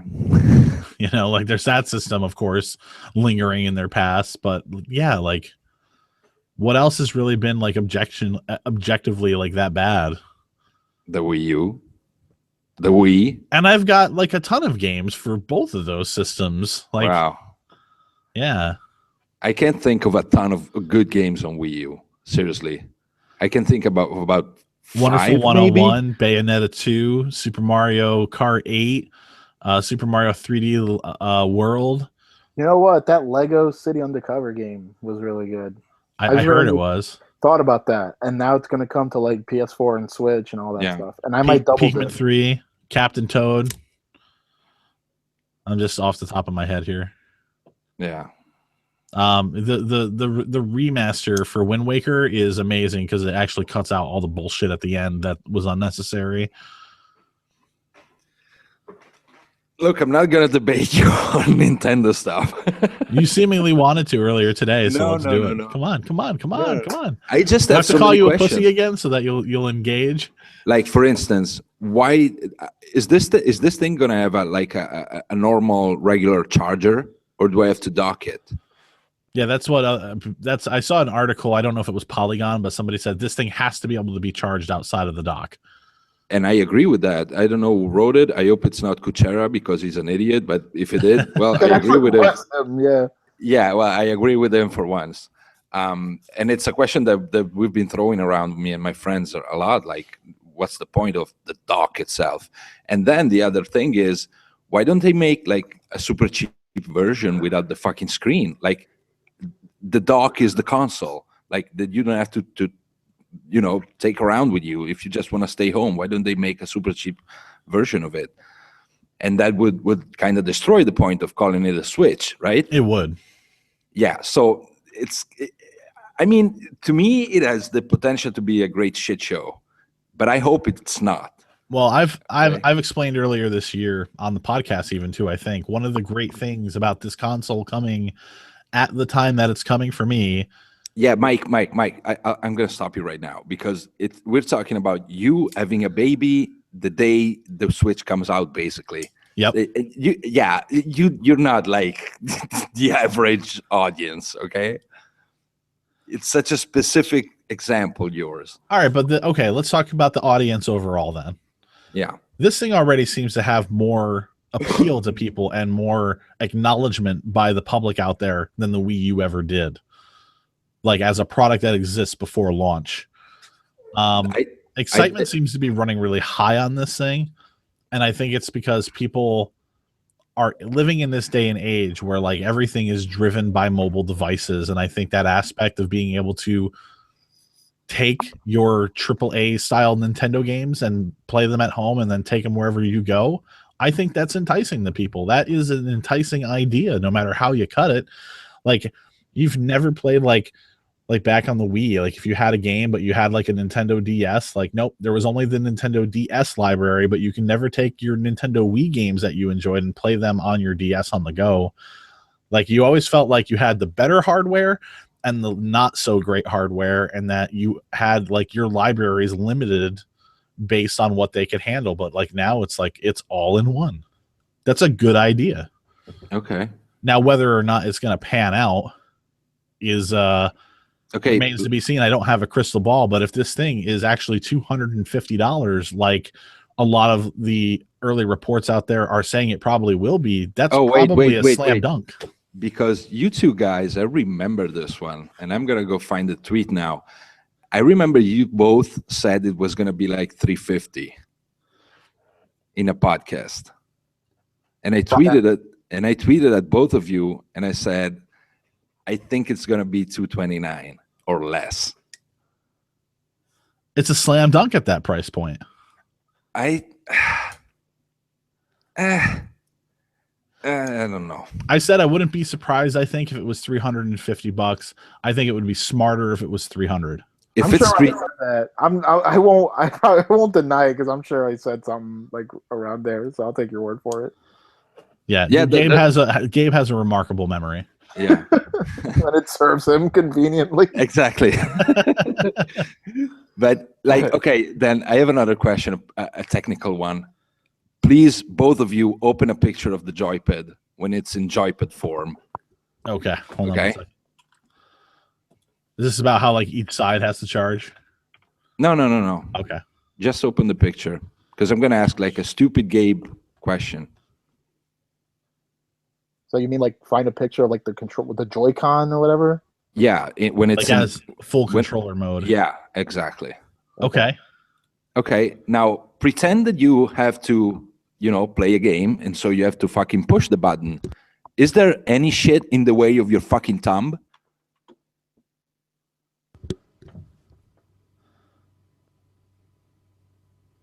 Hello? Are you talking about the The fucking analog knob right below the fucking buttons? Are you like, what the fuck, man? wait, what? Can Oh, are you talking about the stick? Yeah. The analog stick is right below the buttons. Now, if you have a joypad, Oh, the ABXY buttons. Yeah. besides you, try and take the joypad in your hands and see where your thumb goes.